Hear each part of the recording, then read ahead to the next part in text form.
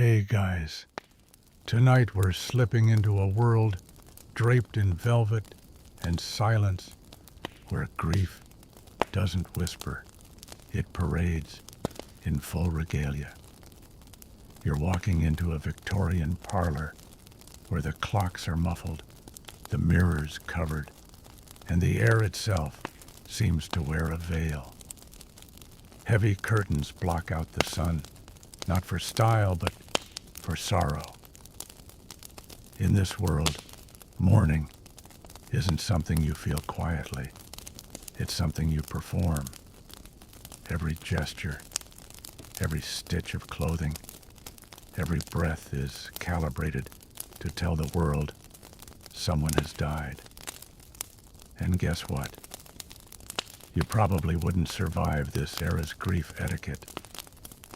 Between rules for which finger to wear your hair locket on and how many layers of crepe you must endure in July, it's a miracle anyone could move at all without offending the spirits or their in-laws.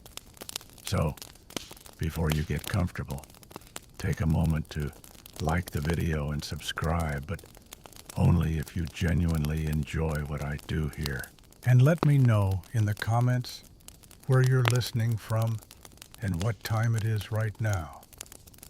Now dim the lights, maybe turn on a fan for that soft background hum, and let's ease into tonight's journey together. You're standing in front of a tall mirror that's just been shrouded in black cloth. The woman who owns this house, she's just lost her husband, has covered every reflective surface. Because you see, the Victorians believed that if a mirror reflected death, it might trap the soul. Superstition, sure, but also strangely poetic. A reminder that mourning was about more than loss. It was about living with that loss in every room, every minute. You turn your gaze to the woman herself. She's wearing black from head to toe, the crepe fabric catching no light, her face shaded under a heavy veil. This isn't just fashion, it's mourning attire, known grimly as widow's weeds. She'll wear this exact outfit for 2 full years, maybe longer, depending on how much she wants to appear truly devastated. There's no fast-forwarding grief here, no moving on. Grief is slow, deliberate, and deeply public. Now shift your attention to the small glass bottle on the shelf.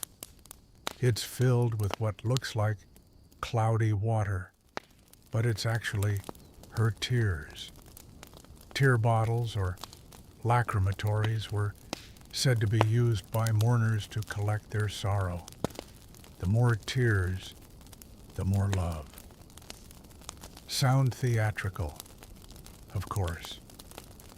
But in a culture where grief had its own symphony of signals, even your tears needed a container. Historians still argue whether these bottles were really used for crying into, or whether they served more symbolic roles, but they've been found in grave sites from ancient Rome to Victorian England, which says something. Across the room, a child places a black ribbon on the family dog, because, yes, even the pets wore mourning accessories in wealthier households. The whole household was expected to embody the loss, no exceptions. That included your servants, who had to swap their uniforms for mourning versions, complete with armbands and downcast gazes. And if your maid cracked a smile during the wake, well, let's just say job security was not guaranteed. You can feel the weight of silence here. It's almost sacred. No piano music, no laughter. Even the clocks have been stopped at the hour of death. It's a tradition meant to freeze time in reverence. Logical, Not particularly, but it was comforting, like pressing pause on the world until your heart could catch up. And now your eye is drawn to the parlor walls. Photographs of the deceased remain exactly as they were, sometimes draped with more black fabric, sometimes adorned with dried flowers. Occasionally, someone adds a note, just a line or two, tucked into the corner of the frame. Something like, "We are still listening," and "those flowers, not just for show." Victorians were obsessed with the language of flowers, floriography. A morning bouquet might include rosemary for remembrance, cypress for grief, and immortelles for eternal life.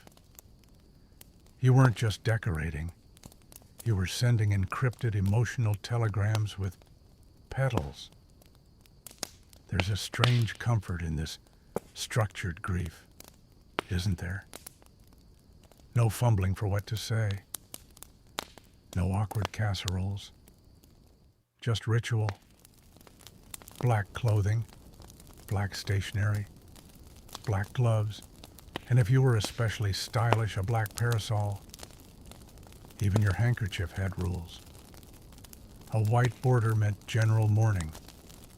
All black meant first mourning. God forbid you accidentally bring the wrong hanky to a funeral. And here's something delightfully weird: mourning fans. Yes, there were fans specifically designed for grieving women.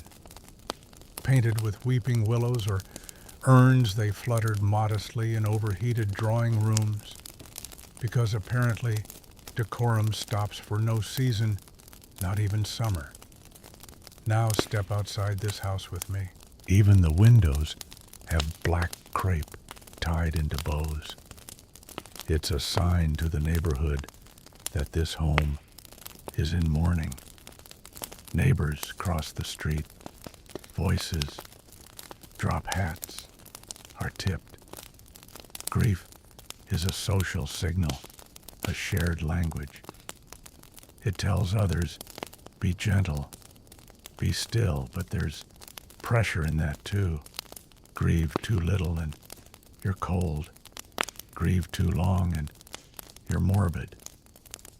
Historians still debate whether these customs gave real comfort or just forced conformity. But one thing's certain, the rituals were inescapable. You pause at the door. There's a black bordered envelope sticking out of the mailbox. It's a mourning card, a small rectangular note with the deceased's name, date of death, and a poem. Some families printed dozens to send out. Others left them in the front parlor for guests to take. Grief was not just performed, it was published. As you close the door behind you, you feel a strange mix of solemnity and security. Victorian mourning may have been morbid, yes, but it wrapped grief in something soft and orderly, a way to grieve with dignity, precision, and accessories. You're standing very still in front of a wardrobe. Inside, there's no color, only the dull heaviness of black wool, matte silk, and layers upon layers of crepe. You reach out and touch one of the dresses. It's stiff, scratchy, and it smells faintly of camphor and thyme. This isn't just a fashion choice, it's your new skin now. Because your husband has died and you, madam, are officially in deep mourning. Victorian England didn't just encourage mourning, it scheduled it. If your husband died, you weren't just sad. You were regulated sad. The official mourning period for a widow was 2.5 years, broken into social phases like grief came with a planner. The first year, and a day. Deep mourning. Absolutely no jewelry, no shiny fabric, no color. Just the itchiest black crepe on earth, a full veil, and the behavioral range of a dying swan. You could attend church, but no parties. You could walk outside, but only slowly and preferably near hedges, laughing in public. Not unless you wanted to be whispered about in pews. Then comes second morning, a slight improvement. Maybe now you can switch to silk bombazine instead of crepe. Perhaps a modest black brooch or jet necklace is allowed. You can socialize carefully. Teas, not dances. Whist games, not concerts. Every interaction is measured against the weight of your visible grief. And finally, if society allows it, you enter half mourning, the final phase. You might wear grays or purples known as mourning colors and go back to the theater or the occasional dinner. It's like a cautious re-entry into the world, but with lavender ribbons this entire timeline. It was different for men, of course. Widowers mourned for a year, sometimes just 6 months, and they could keep wearing normal shoes. The injustice might make you want to rip your veil off, but be careful.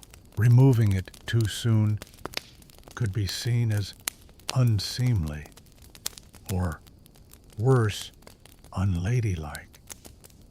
Historians still argue whether these timelines were liberating or oppressive. Some say they gave women structure, a way to move through grief with dignity.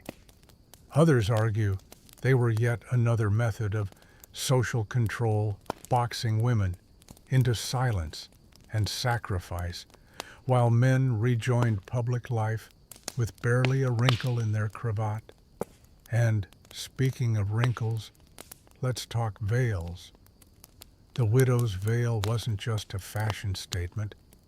It was a curtain between you and the world. Made of black crepe, it covered the entire face and sometimes extended past the chest. You wore it whenever you went outside. It obscured your features, muffled your voice, and made even the sun look like it was grieving with you. But here's the miserable secret: crepe is horrible. It's stiff, heavy, and doesn't breathe. In summer, it stuck to your skin like punishment. It even released dyes that could stain your neck and cheeks black.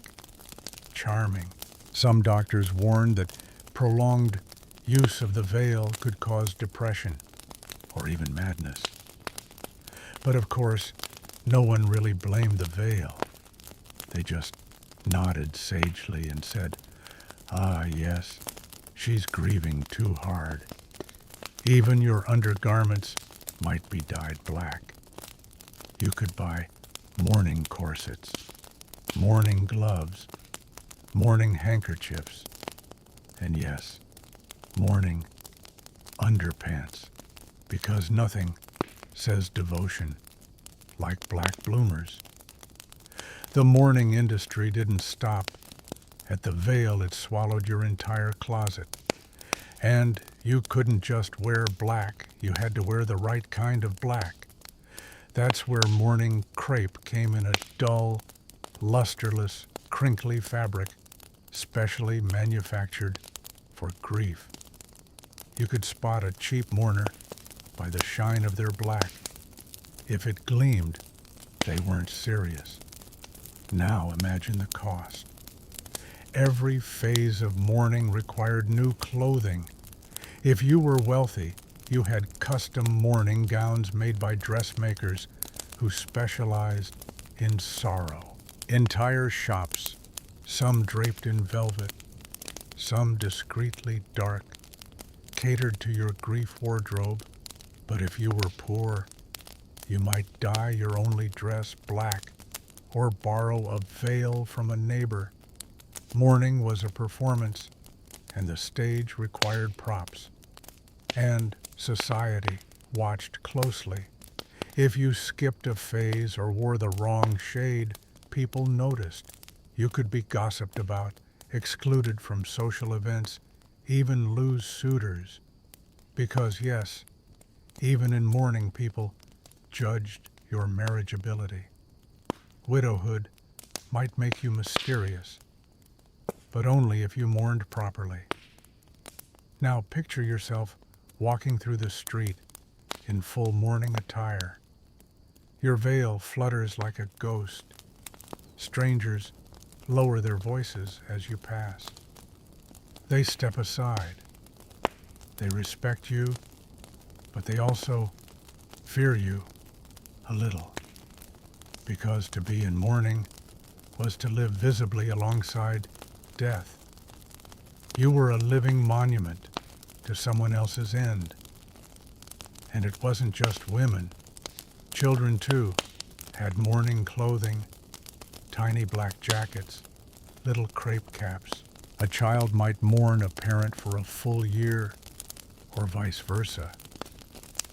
And the pressure wasn't just on what they wore. It extended to behavior. A mourning child was expected to be solemn, quiet, reflective. Try enforcing that at a birthday party. And there were rules for visitors, too. If you went to a house in mourning, you didn't show up in bright colors. You wore black or at least muted tones. You didn't bring laughter. You brought presence. Grief wasn't to be avoided. It was to be joined. Some families even published mourning schedules in the newspaper. The family will receive visitors every Thursday between 2 and 4, like a dark tea party. These moments weren't for distraction. They were for communal sorrow. And then there were mourning rings, small bands engraved with the deceased's initials, sometimes containing a lock of their hair. You wore them daily, like a little grave on your finger. And heaven help you, if you ever misplaced it, people would assume you were trying to forget. Here's something truly strange. Mourning dolls.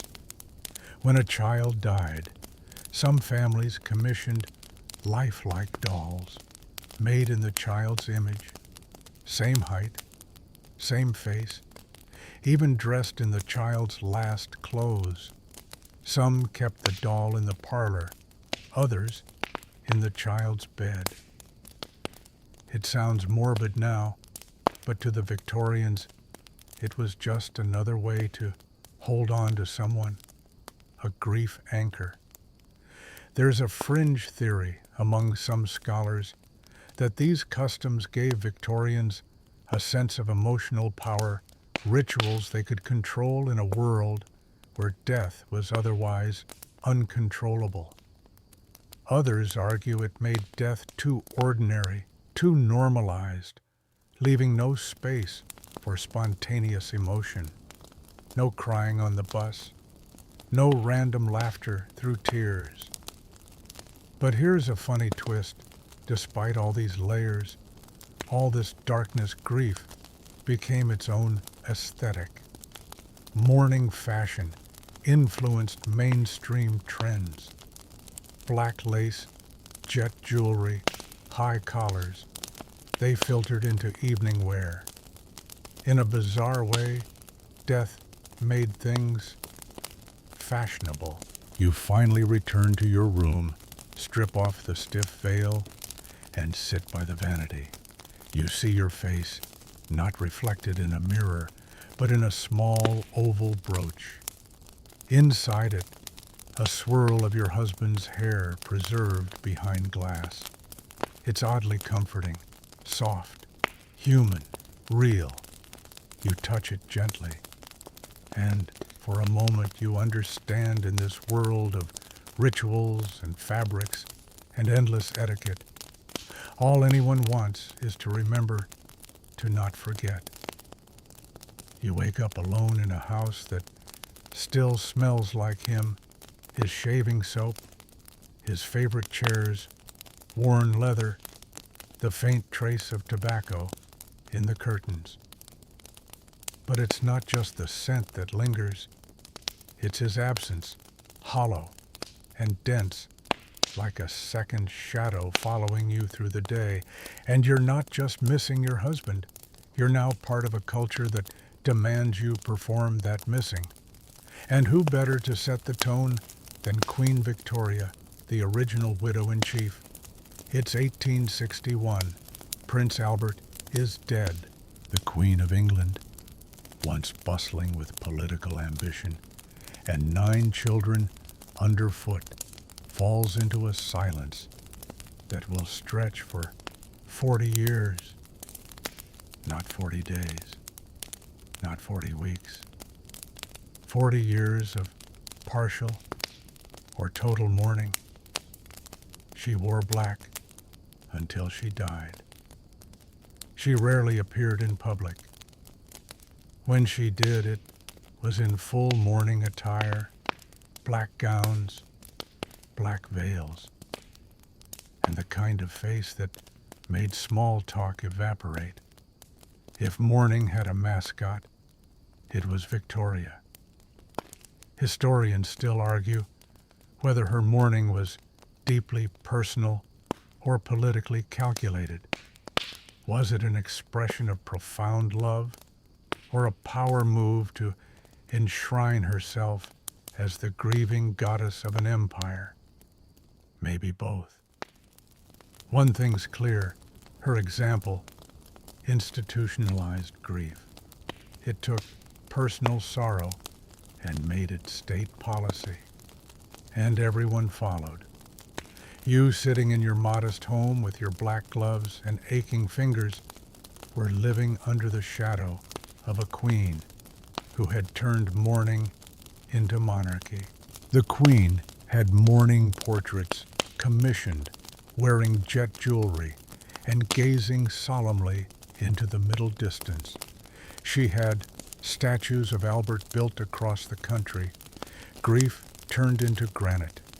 She wore a miniature of his face around her neck, close to her heart for decades. She even had a morning breakfast service, a special set of black bordered plates for use in the bereaved years. Nothing escaped the reach of sorrow.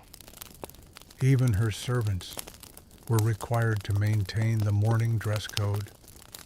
Her horses were given black plumes. The Queen also kept Albert's rooms exactly as he had left them. His dressing table untouched, his towels replaced daily, his nightshirt freshly laid out, despite him being, well, very much dead. A ritual of ghostly normalcy. You might think this obsessive grief would seem strange to Victorians. But no. Victoria's behavior set the cultural standard. Widows across the country, rich and poor, mirrored her habits. To grieve deeply was to grieve correctly, and the more public, the better. Even fashion houses bowed to Victoria's grief. Mourning wear wasn't just a niche, it was a booming industry. Jet manufacturers in Whitby carved mountains of black gemstone into brooches, earrings, and lockets. Crepe makers couldn't keep up with demand. The Queen's mourning meant job security for dressmakers, tailors, hair artists, and stationery engravers. But here's the twist.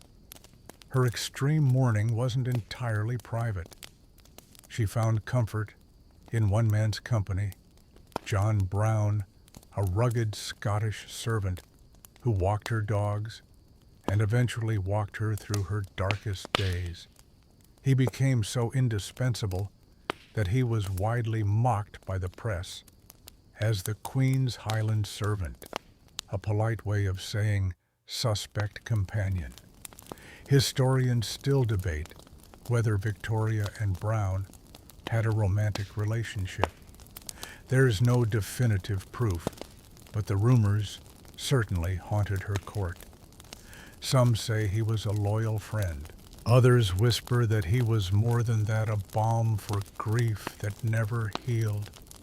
Either way, the Queen's reliance on him broke some mourning rules. She was supposed to stay solemn, detached, alone. But mourning isn't tidy, is it? Back in your own life, you start noticing how much grief has become a performance. Every conversation starts with the same hushed question. How are you holding up? But you must answer just right, not too cheerful, or they'll think you've moved on. Not too broken, or they'll pity you in public. It's a delicate dance. You find yourself practicing expressions in the mirror, perfecting the subtle nod of dignified despair. And if you were wealthy and bored or just royal, you might commission a mourning portrait. This wasn't a quick snapshot.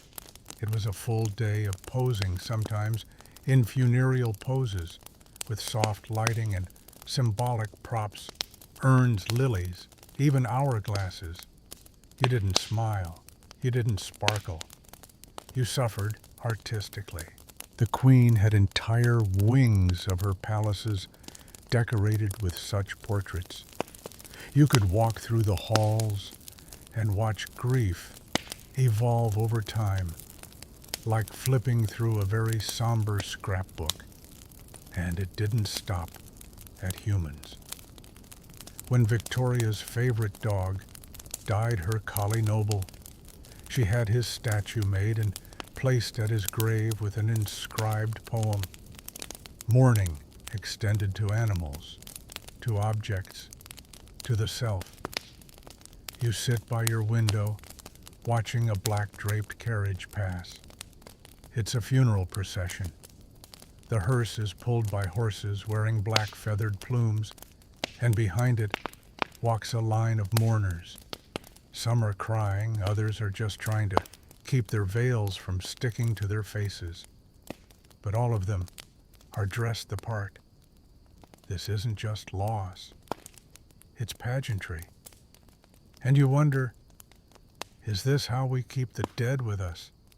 By dressing them into our lives, by letting the sorrow sit in the corner chair, wearing our husband's coat? There's something poetic and exhausting about it. You pour a cup of tea and sip carefully. It's served in a black-trimmed cup, because of course it is. You lean back and think of the Queen still dressing for a man decades dead, still refusing to appear at balls, still signing letters, widow of Albert. And somehow in her grandeur she makes you feel less alone. The Victorian era didn't give you a therapist. It gave you a script, and if you followed it, maybe, just maybe, you could survive the enormity of loss without falling apart. Or maybe you just got really good at pretending. You reach for the small velvet box at the back of your drawer. It's smooth and faded, and the latch gives a soft click as you open it. Inside lies a brooch oval, dark and gleaming, not with jewels, but with tightly woven human hair. Not just anyone's hair, of course. It belonged to someone you loved, someone dead. Welcome to the intimate, slightly unsettling world of mourning jewelry, where grief isn't just worn on your sleeve. It's braided, polished, and pinned to your chest. In the Victorian era, hair wasn't something to sweep off a pillow or pluck from your brush and toss. It was kept, saved, treasured. Hair doesn't decay. It holds shape. It lasts longer than memory, sometimes longer than stone. And so it became the perfect material for remembrance. You trace the pattern. This isn't a simple lock tied with ribbon. It's been woven into a design, delicate loops, braids, even floral shapes. You think about the fingers that did this. There were entire hair artists trained in this meticulous, almost reverent craft. Some worked privately, others in full-scale shops that advertised mourning trinkets made from the hair of the deceased.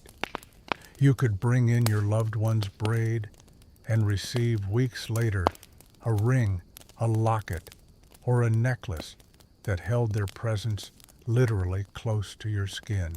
It wasn't always done after death. Some couples exchanged hair jewelry as romantic keepsakes while still very much alive. Imagine your sweetheart handing you a bracelet and saying, "It's my hair." Intimate, a little creepy, unquestionably Victorian. Some families even made hair wreaths, huge wall-mounted arrangements featuring strands from multiple relatives. It was like a family tree, except made of actual hair. One child's golden curl curled alongside a grandfather's iron gray tendril, a domestic shrine of genetic material. You probably wouldn't hang one above your mantel today, but to a Victorian, it was love in its purest, most literal form. And you couldn't just wear the hair raw. It had to be encased, usually in a brooch or ring under glass, bordered in jet gold or enamel. Many were engraved with names, birth and death dates, or phrases like "in memoriam" or "never forgotten." It was grief's version of a name tag. Right now, you might be imagining a world filled with these hair trinkets, and you'd be right. By the mid-1800s, the production of mourning jewelry had become an industry. Jewelers in England and America offered entire catalogs. You didn't just walk into a shop and pick a ring you selected from collections. Page after page of posthumous accessories. Grief, as ever, had gone retail. There was even a fashion to it. In high society, hair work was considered a sign of refinement. The more intricate the piece, the more skilled the artisan, and of course, the deeper your love. And yes, there were frauds. Unscrupulous sellers would substitute strangers' hair when a family hadn't preserved a lock. Some historians believe as much as 30% of mourning jewelry was made from commercial hair, often from young women who sold theirs to salons and factories. Historians still argue whether mourning jewelry was more about love or display. Was it a personal token, or was it meant to tell the world, "Look how deeply I grieve"? And when grief becomes visible, performative, and wearable, how much of it is still private? You glance down at your brooch again. You feel oddly comforted, because unlike a photo, unlike a prayer, this is physical. This is part of them. Maybe that's why it matters. Now let's talk about Jet, the official gemstone of mourning. Jet is fossilized wood, deep black, lightweight, easily carved. Queen Victoria adored it. After Prince Albert's death, she wore jet jewelry exclusively, and once she did so, did everyone else. Jet became the material of grief, a subtle sparkle, a gentle gleam, no color, no shine, just shadow. But beware, not all jet was genuine. Demand skyrocketed so quickly that imitations flooded the market. Vulcanite, bog oak, dyed horn. The fakes looked close enough, and no one wanted to be caught without their mourning accessories. You might be a grieving widow, but you were also expected to be on trend. Some women wore matching sets, jet earrings, brooch necklace, even hairpins. They jingled softly with every move, a quiet symphony of sorrow. Others preferred a single pendant, usually a locket, with a miniature photo on one side and a curl of hair on the other. You could wear it against your heart, literally close to your chest. But not every piece was so elegant. Some mourning rings were macabre. One infamous 18th century example included an actual tooth set into a gold band. Others bore images of hourglasses, skulls, or coffins, reminders of mortality known as memento mori. These had been around for centuries, but the Victorians naturally gave them an emotional twist. Instead of remember, you must die, it became remember, they are gone, but loved. And then there was the hairwork DIY trend. If you couldn't afford a jeweler, you could order home kits, the Victorian version of Etsy.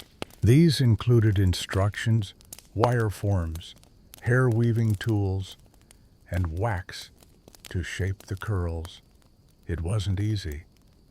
You needed steady hands, dry hair, and most importantly, graceful grief.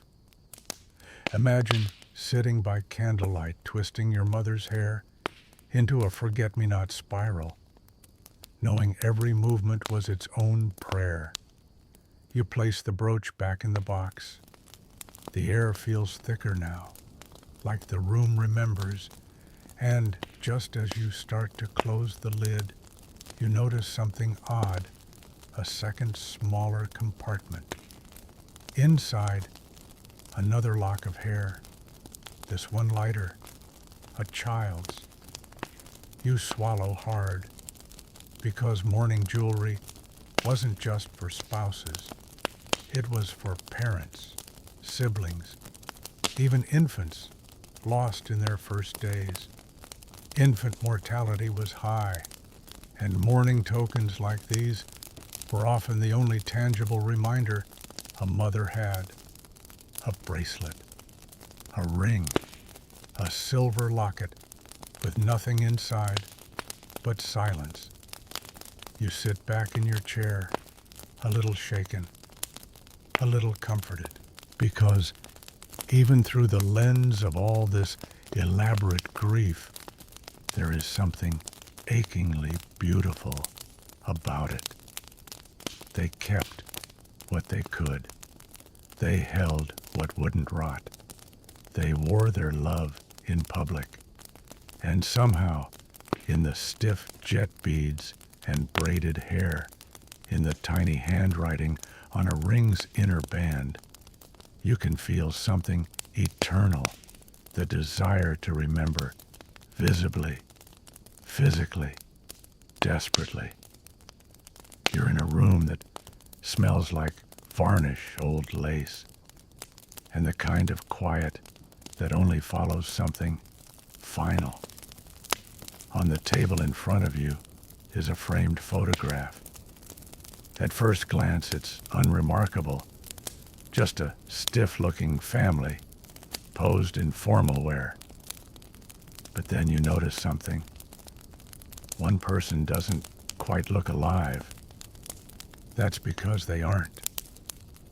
You've just discovered the uncanny tradition of post-mortem photography, a strange and tender ritual that turns grief into a keepsake. It's the mid-1800s, and photography is still a relatively new and expensive technology. Getting your picture taken isn't something casual. It's an event. So, when a loved one dies, especially a child or a young adult, families often take the opportunity to photograph them for the first and only time. Because in death, ironically, they finally hold still. You look again. The child in the photo is propped in a chair, surrounded by siblings. Her hands are folded. Eyes may be painted open on the final print, or she's held upright with the aid of a hidden posing stand, a metal apparatus normally used for the living, but now stiffened into eerie utility for the dead. And here's the strange part. These photos weren't always labeled or marked. Sometimes families didn't tell visitors which one was the deceased. You'd be offered the album at tea. That's cousin Eliza. She passed just the week before. You'd nod politely and suppress a shiver. Historians still argue whether these photographs were common or only popular among the middle classes. Some say they were a sign of mourning respectability. Others believe they were a practical keepsake in a time when memory was fragile and art expensive. But there's no denying the haunting sweetness in them, the way families position the deceased as if still part of the living. And yes, they were usually dressed in their finest clothes. A mother might lay a baby in a crib with lace bedding and fresh flowers. A young man might be posed with his watch or school books. One particularly vivid image shows a girl with her hand resting on a beloved dog's back. The message is clear. She was loved. She is remembered. She still belongs here. It wasn't just the pose, it was the setting. Some families hired photographers to come directly to the home. The deceased would be laid out in bed in a cradle, or even in a chair beside the fireplace. Others went to photographic studios, where the backdrop might be painted to look like a peaceful landscape or a curtained drawing room. The goal wasn't to hide death, but to soften it. Some photos were labeled Memento Mori Latin, for remember, you must die. Others had no text at all, just a knowing silence between the lines. And in many cases, these images were inserted into albums right next to wedding pictures, baby portraits, and family outings. Death wasn't isolated. It was integrated.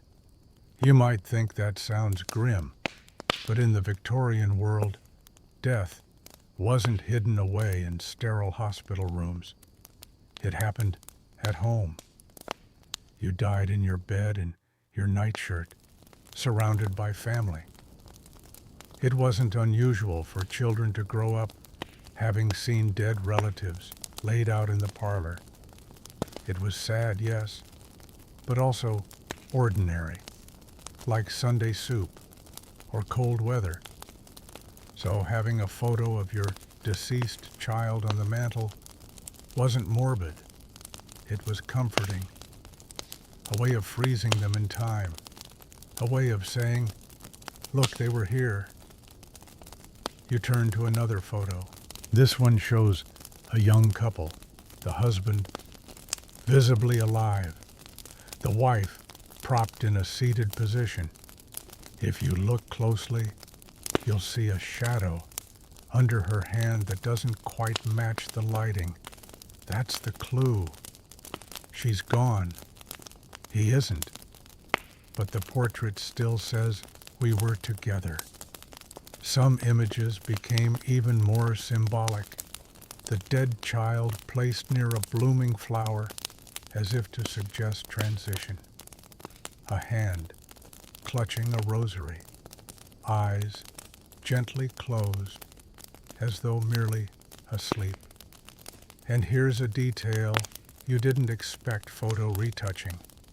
Victorian photographers were known to paint open eyes onto the closed lids of deceased subjects. In the final print, the person might appear oddly alert or unsettlingly doll-like. Sometimes the eyes were sketched on the photograph surface itself. It was less about realism and more about preserving the idea of aliveness. Now let's pause and acknowledge something. This practice wasn't universal. Not every family did it. Not everyone could afford it. And not every culture embraced it.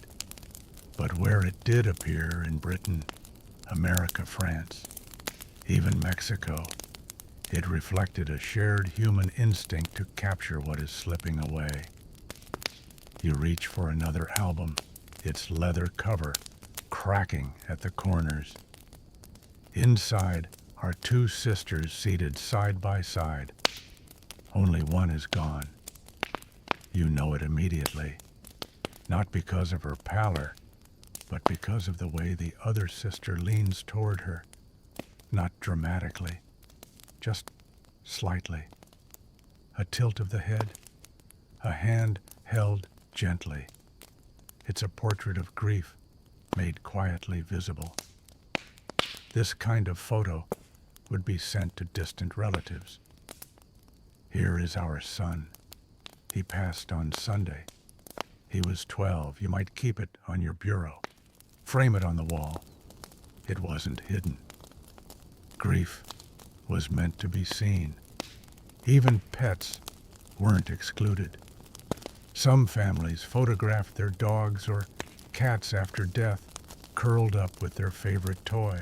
In a time when pet cemeteries were becoming more common and animals were increasingly seen as family, this kind of memorial made perfect sense. And yet, it wasn't without controversy. By the late 19th century, critics began to call post-mortem photography morbid. As cameras became more accessible, the idea of photographing the dead began to fall out of fashion.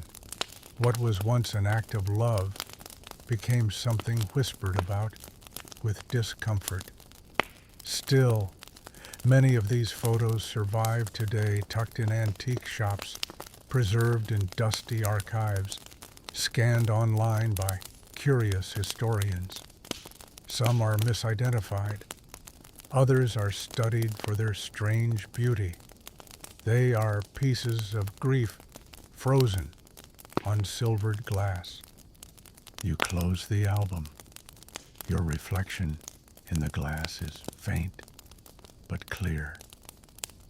You think about how different grief is now, how often we try to keep it quiet, how rarely we look at the dead. In the Victorian world, there was no escaping it. You saw it. You touched it. You kept a photo of it on your wall. And somehow, that made it gentler, or at least more real. Because remembering someone doesn't always look like silence. Sometimes it looks like a photograph posed imperfect and filled with love. You're standing on a cobblestone street watching a long procession unfold before your eyes. Horses clop in solemn rhythm, pulling a black-draped hearse with polished glass sides, in which rests a coffin glinting under the soft daylight. The wheels creak. The air smells of crushed flowers, wax polish, and something more delicate expectation. Because this isn't just a funeral. This is a spectacle. In Victorian times, mourning wasn't confined to quiet tears behind drawn curtains. Sometimes it spilled into the street, loud, visible, and meticulously choreographed. And nowhere was this more obvious than in the funeral procession. Imagine it, black horses adorned with tall plumes, their harnesses trimmed in velvet. The hearse is an ornate carriage, shiny black lacquer, etched glass panels, and silver lamps trimmed with crepe. It's pulled slowly, allowing onlookers time to absorb the full drama. Behind it trail rows of mourners, each following the social rules: black attire, slow pace, and above all, composure. You spot a woman near the front. Her veil is long enough to brush her shoes. She clutches a handkerchief, but you can tell she's careful not to sob too openly. That would be unseemly. Victorians didn't forbid grief, but they did stage manage it. Mourning was emotional, but never messy. And funerals, they were the main event. The more elaborate the funeral, the higher the perceived status of the deceased. A large procession through town was a declaration this person mattered. A modest funeral might involve a quiet churchyard and a few family members. But the elite, they sent a message. Some families hired professional funeral marshals to manage the affair, men in formal attire who organized carriages, coordinated mourners, and even told you when to cry. Seriously, your grief was timed to the moment you reached the church steps. And that's not all.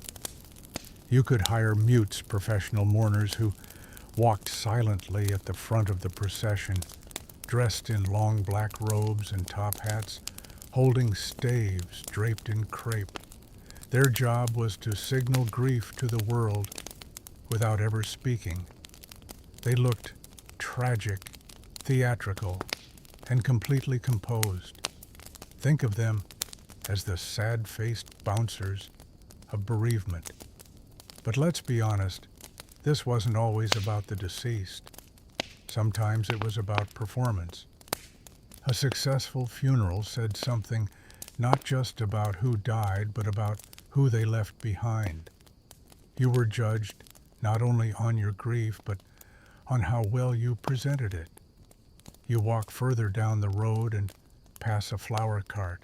The driver is unloading elaborate funeral arrangements, wreaths, crosses, even floral pillows with ribbons that say things like, "Our darling," or "Gone but not forgotten." You'd think these were modern touches, but no. Victorians invented them. Flower language was everything. Lilies meant purity, ivy fidelity, rosemary for remembrance. If you sent a bouquet with the wrong bloom, it might be read as a slight. And yes, floral etiquette was a real thing. Grieving families often published in the newspaper what kind of flowers were acceptable. Please, no yellow tulips. Historians still debate whether these extravagant processions comforted or burdened the living. Some say they gave families purpose tasks to complete in a moment of chaos. Others argue they piled societal pressure on top of personal loss. Imagine losing a loved one and being told to also manage the social optics of a street parade. And the coffin. It was another form of expression. Caskets weren't always the plain pine boxes we imagine. The wealthier classes used mahogany or walnut, often adorned with silver handles and custom linings. Some had viewing panels made of glass. Others were built with compartments for letters, keepsakes, or even favorite trinkets. A boy might be buried with his toy soldiers, a woman with a fan or a beloved ring. And yes, the superstitions were strong.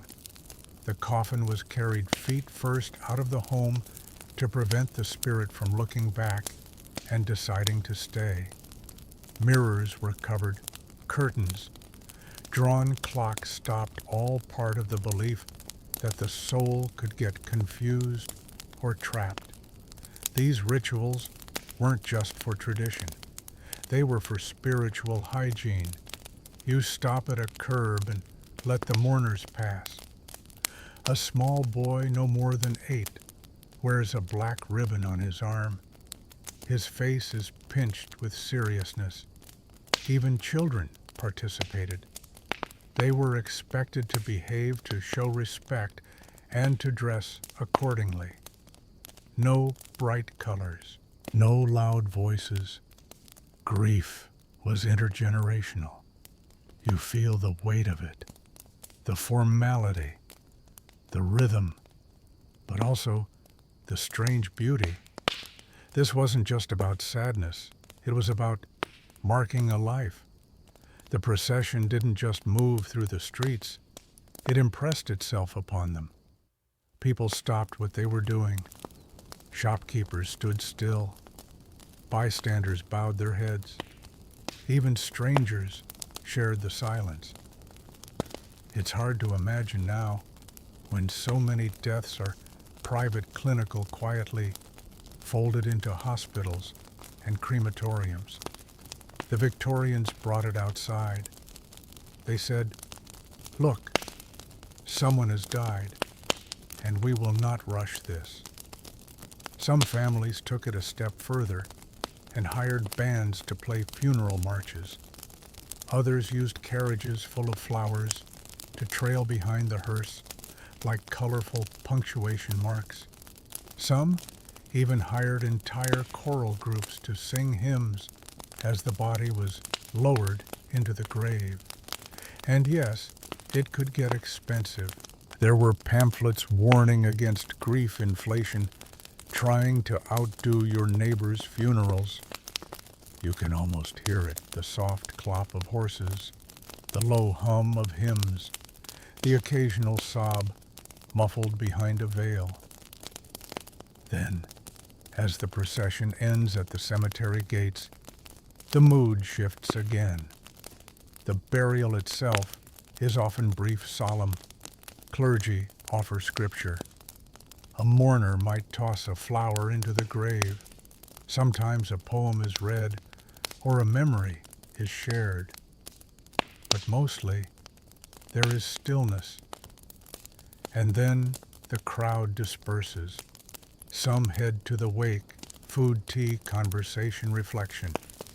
Others return home in silence. But the mark has been made. The person is gone. Yes, but they've been seen, remembered, and honored. You watch as the last black coat disappears around the bend, and you wonder, what would it be like to have that kind of ending? To be sent off with horses, flowers, and your whole street watching, to have your absence fill the space so loudly that even strangers pause for you. It's hard to say if it's better than silence, but it is unforgettable. You sit on a cushioned bench in the corner of a nursery. The rocking horse stands still, Tiny shoes are lined up beside a basket of toys that no longer rattle with laughter. A black ribbon hangs loosely from the corner of a crib, and you realize with an ache that settles in your chest that even children mourned in the Victorian age, not just in emotion, but in uniform. If you were a child in mourning, you didn't get a pass for being small. Grief in Victorian times came with tailored expectations, and even the youngest members of the household were expected to perform it. A girl might wear a miniature black dress fitted with velvet trim and modest sleeves. A boy would be dressed in black serge suits, sometimes even with a tiny mourning armband sewn carefully onto his sleeve. Children had their own mourning crepe, their own gloves, their own somber etiquette. Your age didn't excuse you. It simply altered the fabric weight and the size of your collar. And it wasn't just what you wore, it was how you acted.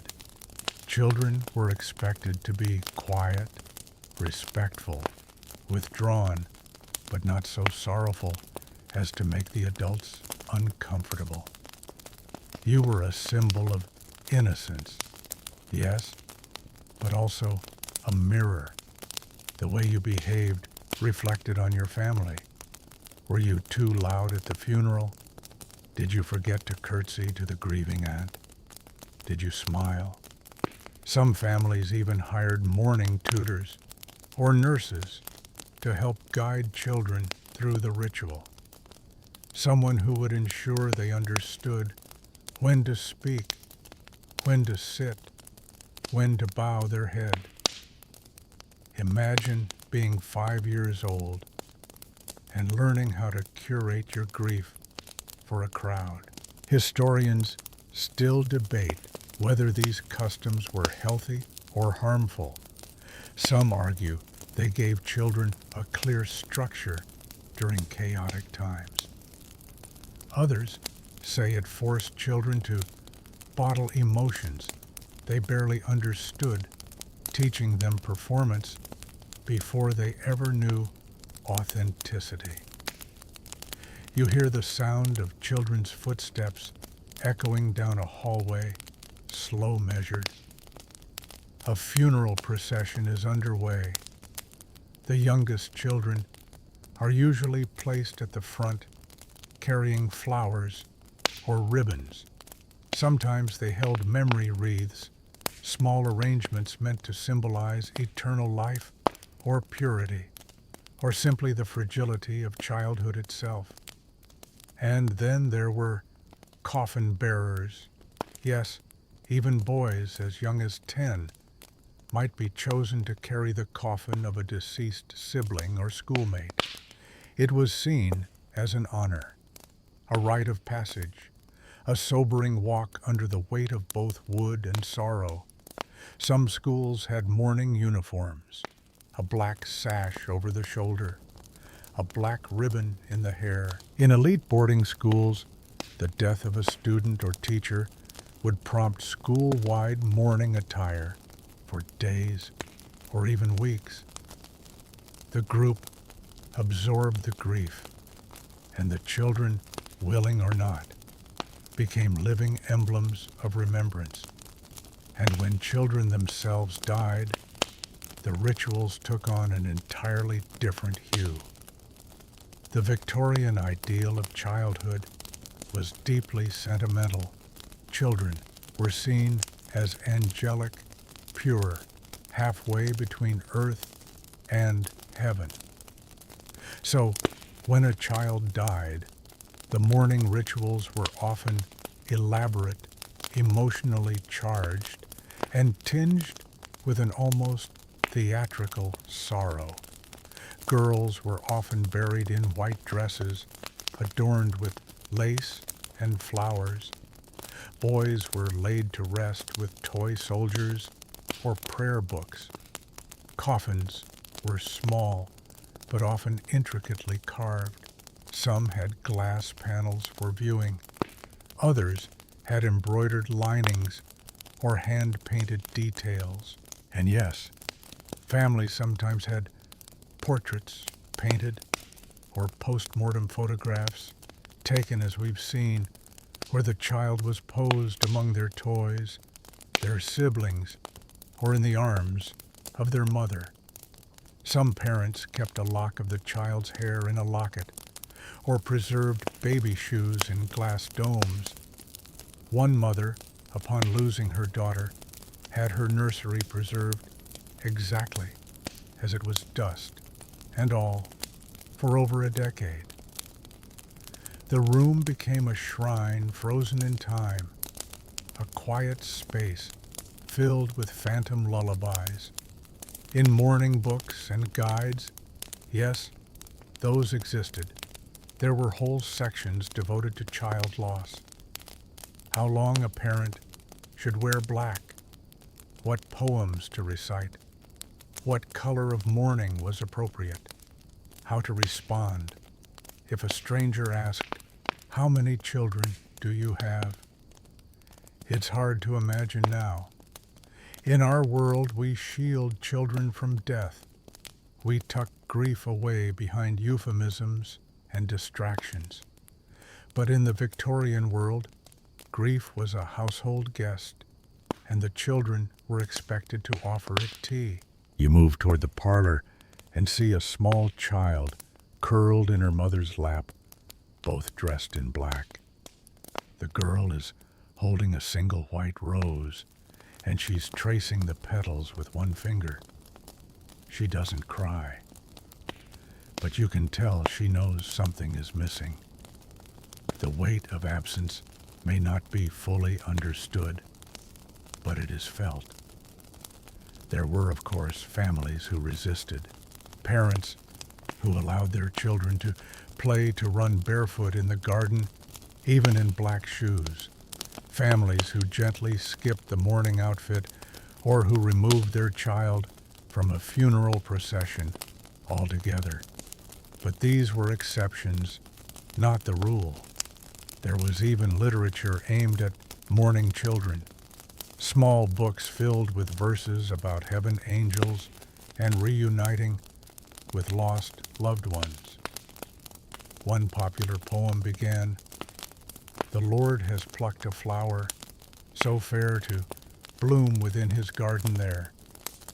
It was meant to soothe, to reassure, but sometimes it simply blurred the line between comfort and suppression. And then, of course, came the grief anniversaries. Families would often commemorate the death of a child, year after year, marking the day with candles, prayers, or visits to the grave.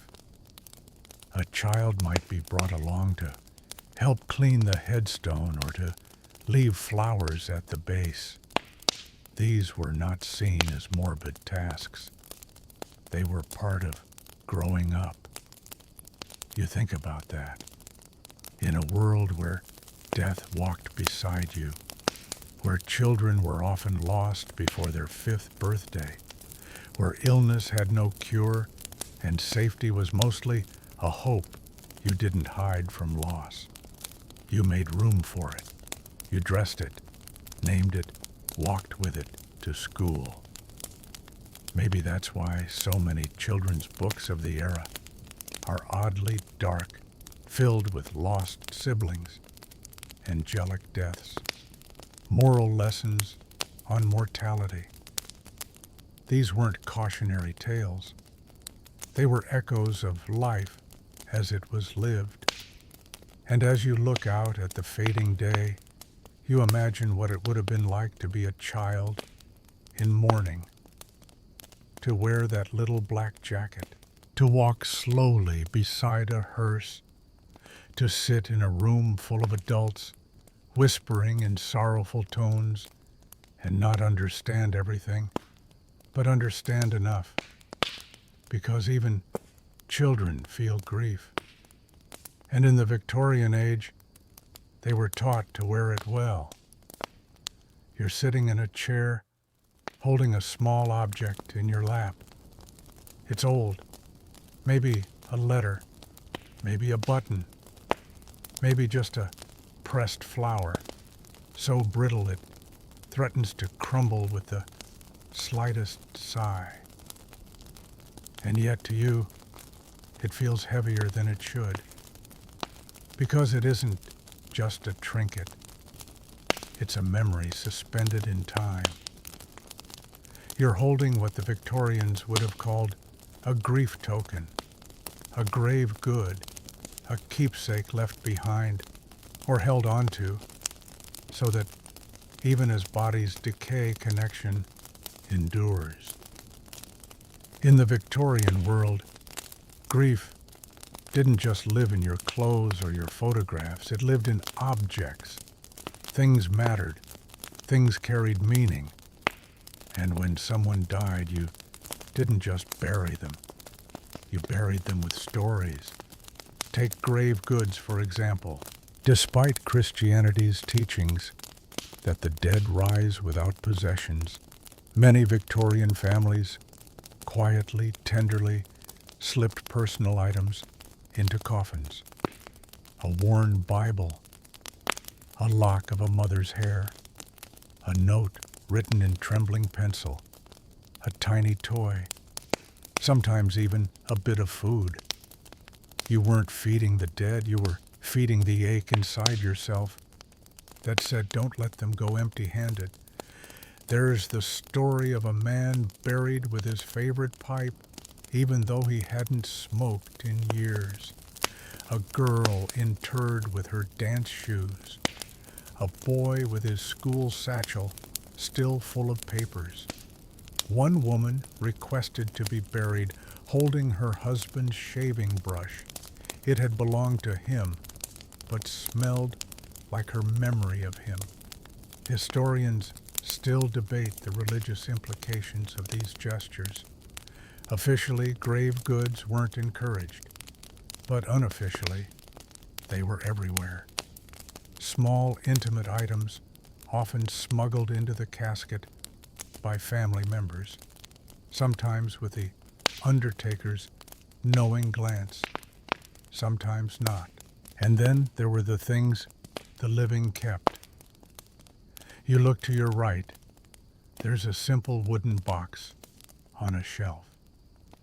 Inside are items that once belonged to the deceased, their final letter, their last spoon, a button that popped from a jacket on a day you didn't realize would be the last. In the Victorian world, these things became sacred artifacts, not because of what they were, but because of who had touched them last. Entire cabinets were devoted to mourning keepsakes.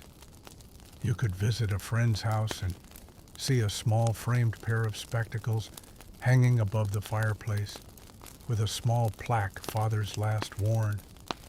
Another home might display a lace handkerchief never washed since the funeral. Some families even kept a chair reserved for the deceased at every Sunday supper for years. And when space allowed, there were mourning rooms. A designated area of the house kept solemn and sparse, containing only relics of the departed. These were not places for weeping. They were places for remembering. Dim lighting, heavy drapes, sometimes a photograph, sometimes just silence. You entered quietly, like a chapel. In wealthier households, there were mourning cabinets, often glass-fronted, filled with symbolic items, black-edged letters, funeral gloves, pressed funeral flowers under glass. One might even find a mourning spoon, a strange little relic, often stamped with the name of the deceased and the date of the funeral. Guests would receive them as mementos. Yes, you left a Victorian funeral with party favors. Even cemeteries bore these tokens. Families placed porcelain wreaths on graves made to resemble fresh flowers. Others placed small sculptures, angels, lambs, sleeping children meant to watch over the departed. Some placed seashells in spirals, believing they carried prayers to the beyond. And in a few remote corners of Britain and Ireland, you'd find coins embedded in tombstones, not for payment, but for connection. One last gift. You reach into your coat pocket and feel a small rounded stone. It's just a stone. But if it came from your grandmother's garden or sat on your father's writing desk, it becomes something else entirely. Victorians understood this deeply. Objects inherit meaning, and meaning is a form of survival. One fascinating fringe custom involved the mourning quilt, a blanket made entirely from scraps of the deceased's clothing, each square stitched with care, each patch a memory. One family stitched a quilt using only black garments, skirts, suits, even an old nightdress.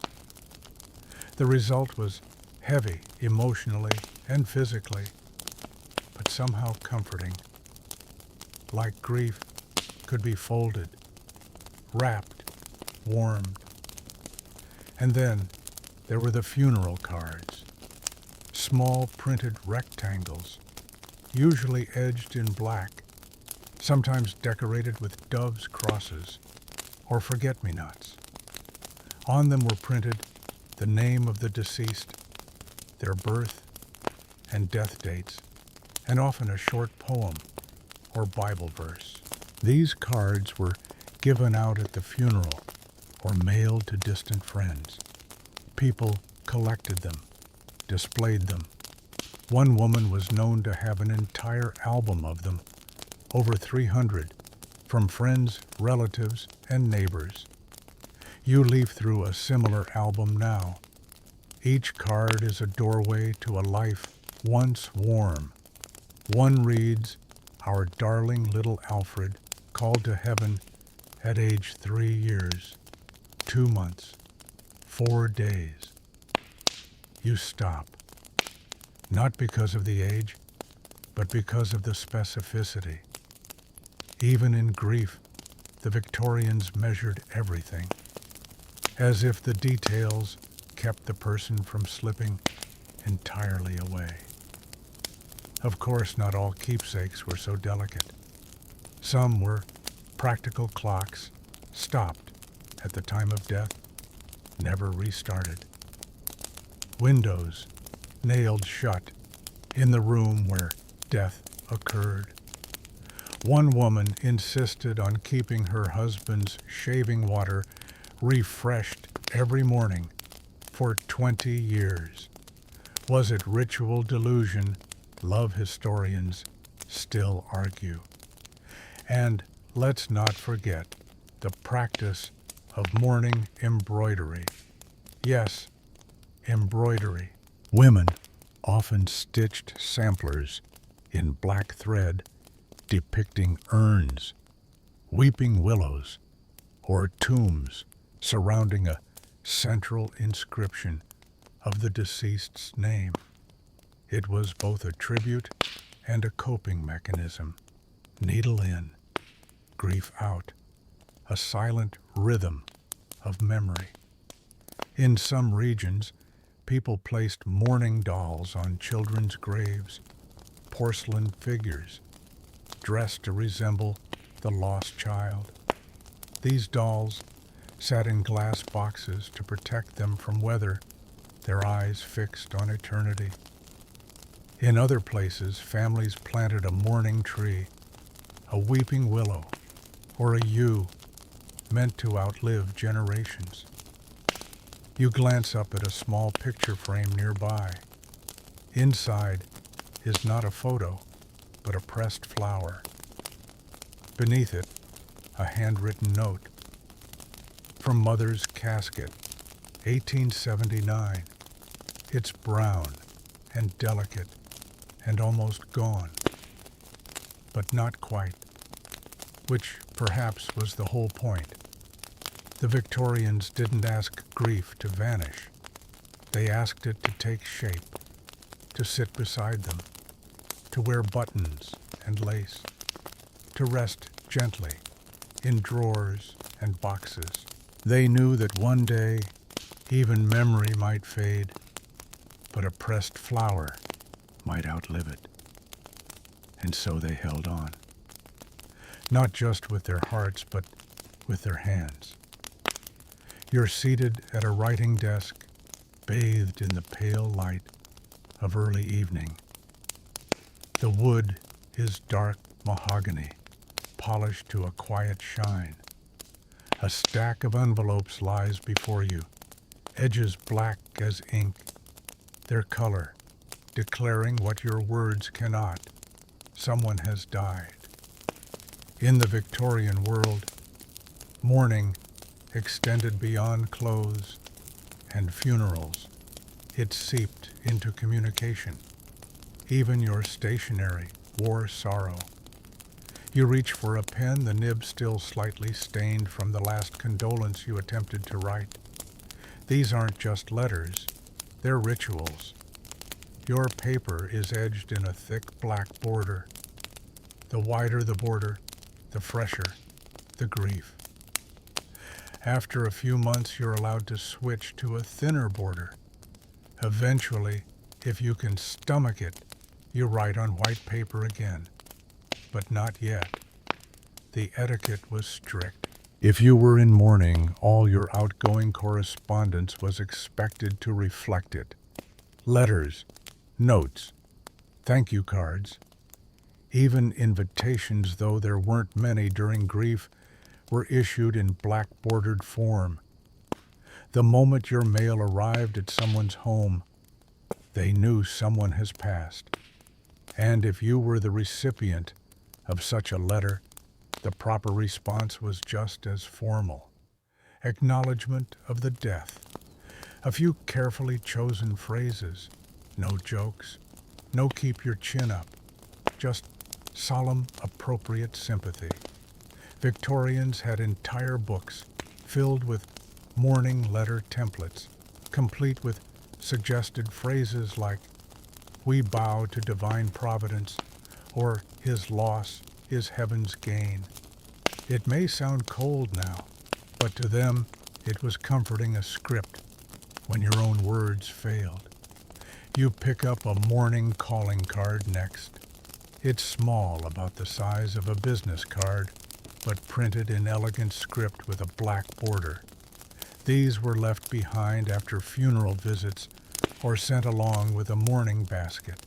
The card told the recipient who had visited, who was grieving, or simply, "We're still here, living with this silence."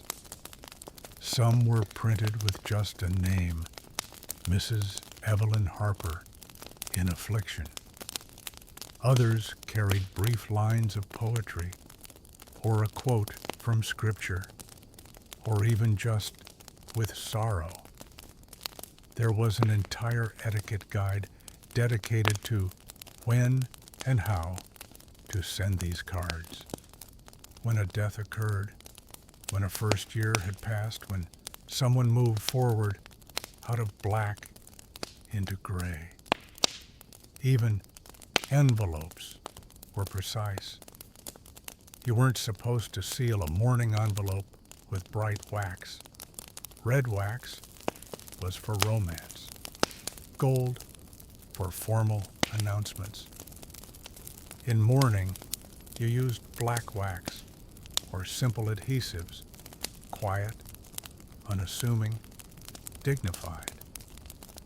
There's a whole category of ephemera that historians now call mourning ephemera, a blend of the printed and the personal. Think mourning postcards, hand-inked memorial poems, printed funeral notices. There were even mourning book plates pasted into the front of prayer books or family Bibles, presented in memory of Thomas Henry Bell, departed this life 1872. And let's not forget funeral invitations. Yes, actual printed invitations to attend a funeral. These weren't informal phone calls or whispered messages. They were cards, often embossed with the time, location, and name of the deceased printed clearly. They were delivered by hand or post, and if you received one, you were expected to dress properly and attend, assuming your relationship justified it. Some families even sent memorial bookmarks, thin ribbon strips printed with religious verses or the loved one's name. They were tucked into prayer books, used during Sunday service, or simply kept in pockets, a soft, papery whisper of remembrance. You pause. The air is still. You glance at the black-bordered stationery in your hand, and something about it feels elegant, controlled, a stark contrast to the messy, aching grief inside you. Maybe that was the point. The stationery did the talking. It gave you permission to grieve in silence while still keeping others informed. But it wasn't just about sending. It was also about receiving. People kept letters of condolence, sometimes for decades, bundled in silk ribbons, tucked into cedar boxes. One widow reportedly reread her collection every anniversary of her husband's death. Another pressed flower petals between the folds, as if trying to trap the scent of love between the pages. Historians still argue whether this paper trail of grief helped or hindered emotional healing. Some say it validated grief, made it tangible. Others say it encouraged perpetual mourning, trapping people in a cycle of ritual and remembrance long after it helped. You return to the letter in your lap. It's a thank you note, the kind you're expected to send after a funeral to those who visited, who brought food, who offered condolences. Victorians considered this not just polite but essential. To fail to acknowledge someone's participation in your mourning was to risk offense. Grief was a personal thing, but also a community effort, and communities required acknowledgement. Even telegraph messages were adapted for mourning. Though the medium was brief, the message still tried to retain formality. Regret, to inform father. Past Sunday, funeral Tuesday. Stop. Brutal in brevity, yet still surrounded by social rules. And if you were a public figure, your mourning notices were printed in newspapers. Sometimes full-column obituaries. Sometimes just a small square box bordered in black, stating the name, date, and the always haunting phrase, deeply mourned by his family.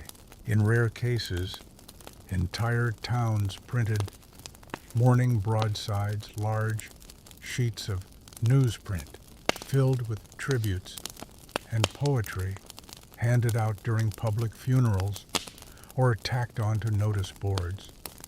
Mourning was both intimate and broadcasted. It's hard to imagine now. Our emails go unanswered. Our condolences come as emojis. We move so quickly. Victorians, by contrast, paused. They took the time to write to seal to post. They acknowledged grief in slow, careful ink. You imagine opening your mailbox and seeing a black-bordered letter today. You'd know instantly that something had changed, that someone was gone. And in that recognition, you'd feel a ripple not just of loss, but of connection. That was the magic of mourning paper. It made grief legible. You place the envelope in a drawer, neatly stacked with others, each one its own quiet monument, each one whispering the same thing: I remember. I still remember. I always will. The gravel crunches softly under your shoes as you pass through the wrought iron gates of a cemetery. But this isn't the bleak, shadowy place you might expect. There's no gloom here. Instead, sunlight filters through sycamore trees, birds flit from branch to branch, and a small group of people are picnicking. Yes, picnicking in a graveyard. Because in the Victorian era, mourning didn't always happen behind closed doors. Sometimes it unfolded right here in the open air, under a parasol, with a carefully packed lunch. You're in what they called a garden cemetery, a type of burial ground that emerged in the early 19th century in response to one pressing problem. Cities were running out of room for the dead. Churchyards in places like London were overflowing, and in some cases disturbingly so. Graves were reused, coffins stacked, bones unearthed by floodwaters. The smell, let's not even go there. In response, planners began building cemeteries on the outskirts of cities designed not only for burial, but for beauty. These were vast landscaped grounds with winding paths, manicured lawns, fountains, weeping willows, and ornate sculptures. They looked more like parks than places of mourning. And so the living came, not just to grieve, but to visit. You walk past a marble angel, her stone eyes gazing skyward, her fingertips trailing moss. A family sits beneath her wings, unwrapping sandwiches. A boy chases a hoop near the mausoleum.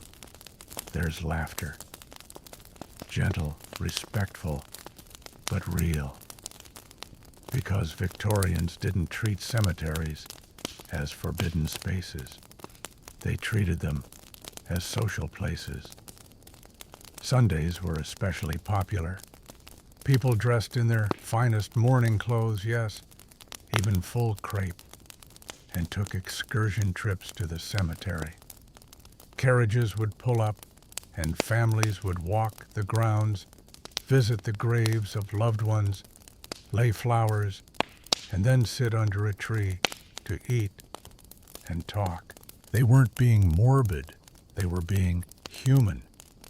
Historians still argue whether these outings were more about leisure or remembrance. Was it an early form of psychological healing, or just an excuse for a fashionable Sunday activity? Perhaps both. What's undeniable is that these cemetery visits gave grief a rhythm, a routine, something the Victorians valued deeply. You pass a bench where a young woman is reading a letter aloud. There's no one with her. Or maybe there is. A name etched into the stone nearby suggests who she's speaking to. This too was common. People spoke to their dead. They told stories, shared updates, confessed regrets. Cemeteries had become living spaces for the dead. At some graves, you noticed tiny iron fences. These were meant to mark the family plot, but also to create a sense of domestic space. Some even included miniature benches or planters. One particularly devoted woman installed a small bird bath on her husband's grave, claiming he loved to watch the sparrows while reading. Some cemeteries offered season passes, especially in America. You could pay for regular access upkeep of your family plot and even the occasional musical performance. In cities like Paris and Boston, entire orchestras would play Sunday concerts in cemeteries. Picture it, a string quartet performing Schubert, while mourners reclined on blankets beneath monuments. One fringe detail. Some Victorians hosted birthday parties at grave sites, particularly for children who had passed. Parents would gather on what would have been the child's birthday, bring cake, and celebrate not their death, but their continued memory. To us, it might feel strange. To them, it was a form of presence, maintenance. You arrive at a more modest gravestone, slightly tilted weeds creeping at the edges. There's a plate of biscuits resting at its base. Someone's left tea in a delicate cup. These aren't decorations. They're offerings. A practice rooted partly in superstition, partly in affection. You leave what they loved, and maybe it finds them. And then there are the grave gardens. Some families planted entire flower beds atop the grave, not just as decoration, but as living memorials.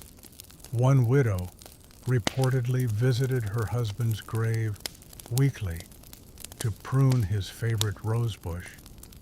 Another planted lavender because it was the scent of their honeymoon. Some grew ivy deliberately, believing it symbolized fidelity and eternal connection. Of course, not everyone approved of all this public grief. Some clergy warned against treating cemeteries like pleasure grounds. A few upper-class critics muttered that picnicking near the dead was common. But for the most part, society accepted it, expected it even. Mourning wasn't meant to be hidden, it was meant to be witnessed. You think about how different things are today. We visit graves quickly, if at all.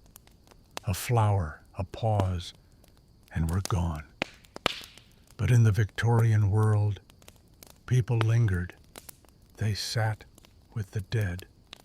They brought them into the rhythm of everyday life.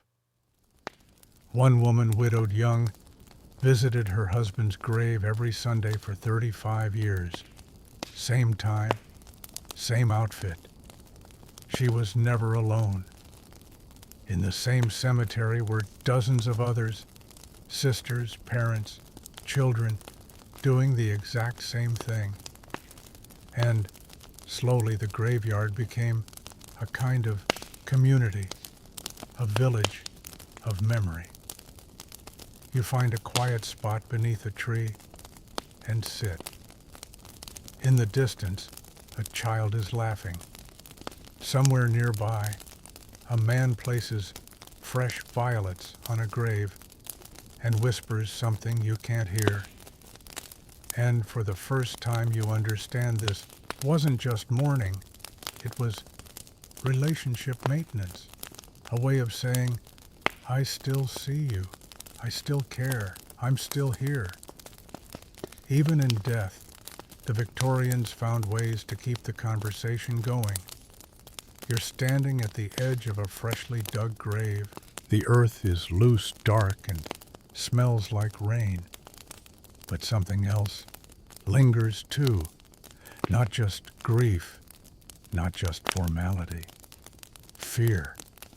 A gnawing, visceral, totally irrational fear that maybe, just maybe, the person in the coffin isn't actually dead. Welcome to the Victorian era's most unsettling obsession, premature burial. You shift uncomfortably because, frankly, you get it. In a world without modern medicine, without reliable death certification, without machines to confirm a flatline being buried alive wasn't just a chilling bedtime story. It was a real possibility, one that haunted everyone, from paupers to poets. And Victorians, with their endless creativity, came up with an entire category of inventions designed to prevent it. Let's start with the most infamous, the safety coffin. Yes, that's a real thing. You approach one of these peculiar devices on display in a museum. At first glance, it looks like an ordinary coffin, until you notice the rope leading from inside the box up through a pipe, ending in a small bell perched above the grave. If the person inside should happen to wake up, terrifying thought, they could pull the rope, ring the bell, and alert someone above. The phrase "saved by the bell," historians still argue whether it comes from this. Some say yes, directly from safety coffins. Others say it has different origins in boxing slang. Either way, it's hard to forget the image of a bell tolling from underground. And here's where things get more surreal. Some safety coffins included speaking tubes like primitive intercoms so the accidentally buried could shout for help. Others had air vents, food compartments, and even ladders. One German model featured a spring-loaded mechanism that popped the lid open if the person moved. It was like a macabre Jack-in-the-Box, but with slightly higher stakes. And people really did wake up in graves. Not often, thankfully, but enough that the newspapers printed tales of clawed coffin lids, overturned stones, and panicked cemetery workers.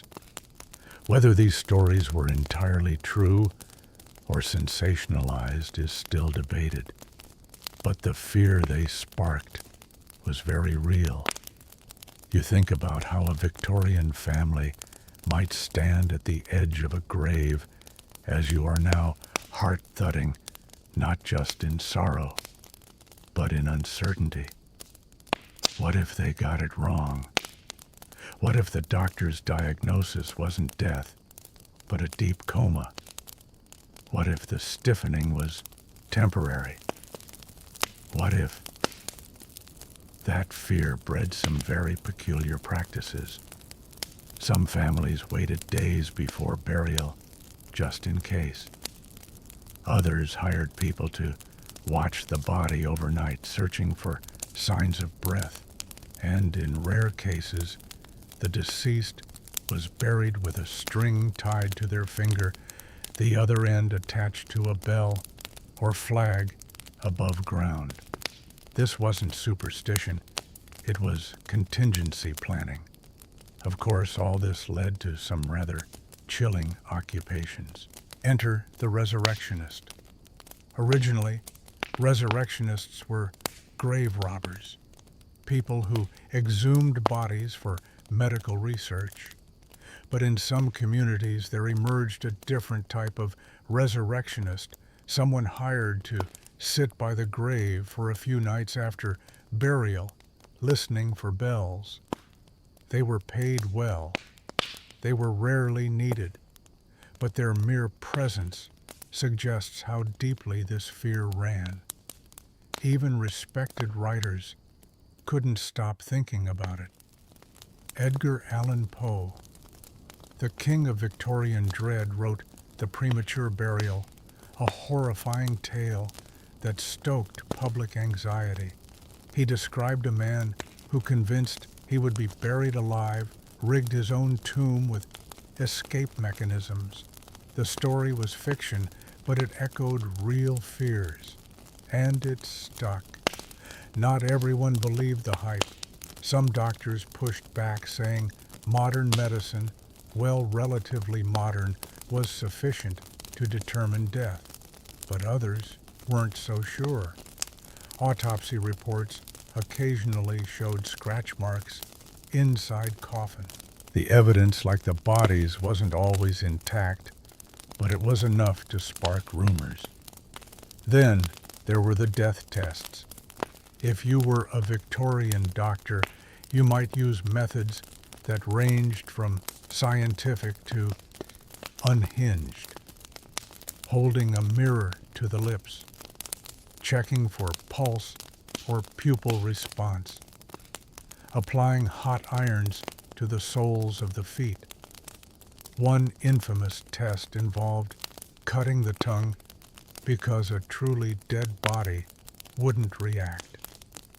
And if you were wealthy enough, you might commission a waiting mortuary, a facility where the dead were placed in specialized rooms, monitored for days, and only buried after putrefaction confirmed the obvious.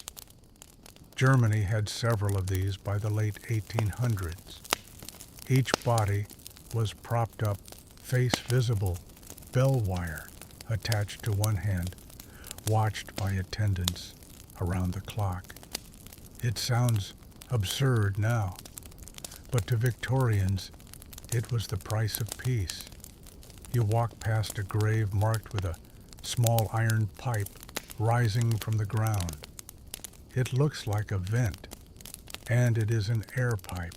Some 19th century cemeteries installed them as a courtesy, just in case someone below needed one last breath. One fringe inventor proposed a glass window be installed in every coffin lid so family members could peer in periodically to check. Needless to say, this didn't catch on, possibly because no one wanted to keep a rotting time capsule under constant surveillance. And yet, even the language of death changed in response to these fears. Victorians began using euphemisms: passed at rest, entered eternal slumber, partly out of gentility, yes, but also to soften the edges of something deeply terrifying. To die was scary, but to die wrongly, to wake in a coffin, was unthinkable. You step back from the grave, your hand brushing against the cool metal of the bell's chain. You can't help but glance at the nearby headstones and wonder how many held someone who once held their breath and hoped someone was listening. The fear may seem extreme now. We have EKGs, death certificates, medical examiners, but at the time, this wasn't irrational. It was rational anxiety, born of limited knowledge and very human vulnerability. In the end, the Victorian obsession with premature burial wasn't just about fear of death. It was about fear of not being heard, fear of being forgotten too quickly, fear of crying out and having no one there to answer. And in a culture so obsessed with ritual and remembrance, that fear echoed deeper than any funeral bell. You're standing in a narrow parlor, the wallpaper patterned with faint gold vines, the light filtered through a heavy lace curtain. Across from you is a small table, and seated around it are three women, hands lightly touching eyes, closed in concentration. At the center, a glass tumbler rests on an alphabet board, twitching gently. The room is silent until someone whispers, "Is there a spirit here with us?" Welcome to the ghost-soaked world of Victorian spiritualism, where death was not the end of communication, it was the beginning of a whole new dialogue. You take a breath. The candle flickers. A knock sounds from the floorboards. The woman at the head of the table. The medium gasps, then smiles gently. "It's him," she says, eyes still closed. "He's with us now. This is a seance." And in the Victorian age, seances were everywhere. By the 1850s, spiritualism had swept through Britain and America, offering something no funeral or photograph could promise contact. Not memory, not metaphor, actual conversation with the dead. It was a movement born from grief and fueled by curiosity, often practiced in dim parlors with velvet chairs and tremulous voices. And it wasn't just fringe eccentrics. Respectable Victorians held seances. Judges, doctors, and scientists. Wives, mourning husbands, parents yearning for one last message from a child. Even Queen Victoria is said to have participated in private spiritualist sessions after Prince Albert's death, though historians still debate whether she believed or simply hoped. You walk slowly around the room. There are spirit boards, what we now call Ouija boards, painted carefully with alphabets, numbers, and yes and no in ornate script. Early versions were handmade, often with family crests or floral embellishments. The goal was simple ask, and the dead might answer. But it didn't stop there. Victorian spiritualists sought proof of presence. That meant knocking sounds, shifting tables, sudden chills, flickering gas lamps. Some mediums even produced ectoplasm, a mysterious, misty substance supposedly emitted from their mouths or fingertips during intense communication. You might be skeptical. You should be. But in a room wrapped in darkness and grief, belief comes easily. And then came the spirit photography. You lean over a sepia-toned photo on the table. It shows a young woman in mourning dress, gazing solemnly at the camera. Behind her, faint but visible, is the translucent figure of a man. He hovers just behind her left shoulder, his hand reaching forward. He is, according to the caption, her dead brother. Spirit photography exploded in popularity in the 1860s and 70s. Photographers like William H. Mumler claimed to capture the dead on film, ghostly figures appearing beside the living in long exposure images. His most famous subject, Mary Todd Lincoln, widow of President Abraham Lincoln, reportedly photographed with her husband's ghost standing behind her. Were these photos faked? Almost certainly. Mumler was taken to court for fraud and acquitted. His techniques, double exposures, hidden assistant's clever printing, are now well understood. But in that moment, to a grieving widow, holding a photo of her lost child, with a pale, spectral face beside them, the truth didn't always matter.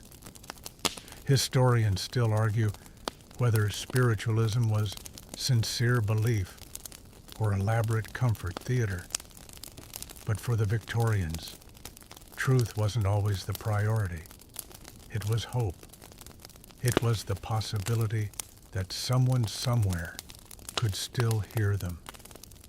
You pass by a cabinet filled with tools of the trade, wrapping rods, spirit slates, tipping tables, and automatic writing pens.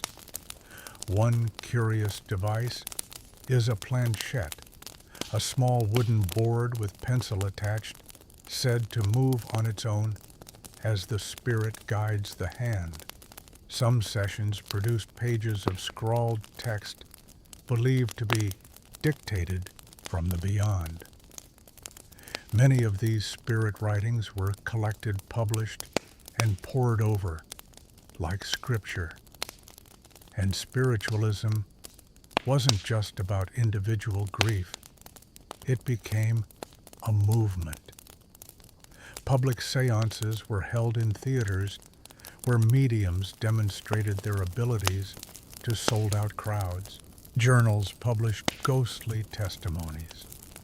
Entire communities formed around the belief in ongoing connection with the dead. Women notably played a central role in spiritualism.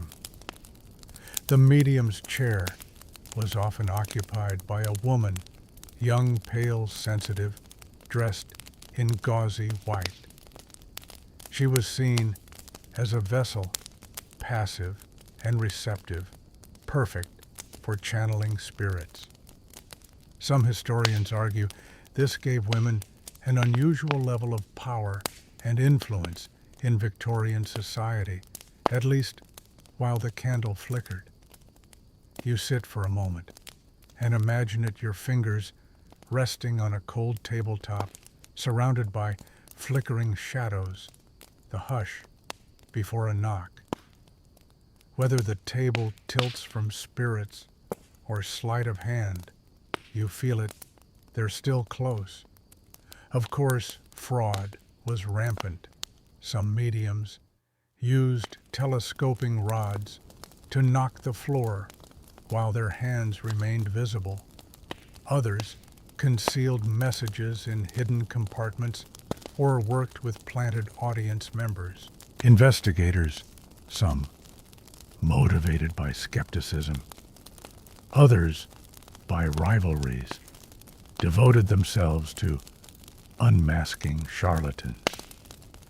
The famous magician Harry Houdini spent years exposing fake mediums, even though he longed to contact his own deceased mother. But for every exposure, there was another believer. One grieving man spent his fortune chasing seances across the continent, convinced that his son's ghost had warned him of impending danger. A woman built a seance room into her home, lined with mirrors and draped in black velvet so her daughter could find her way back. You begin to realize spiritualism for the Victorians wasn't about ghost stories.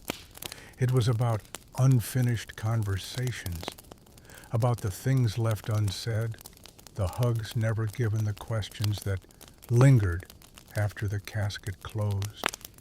In a time of high mortality, when death came for infants and fathers alike, and medicine offered few answers, spiritualism said, talk to them anyway.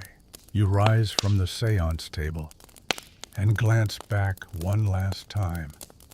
The glass on the board is still, but you can't help noticing it's a little closer to the letter Y than it was before.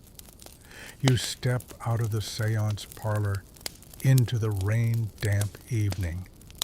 The gas lamps flicker and the cobbled streets glisten beneath your boots. But you're not heading home yet. You've been asked to attend a funeral tomorrow morning, one for a man you've never met. Why? Because you've been hired to cry.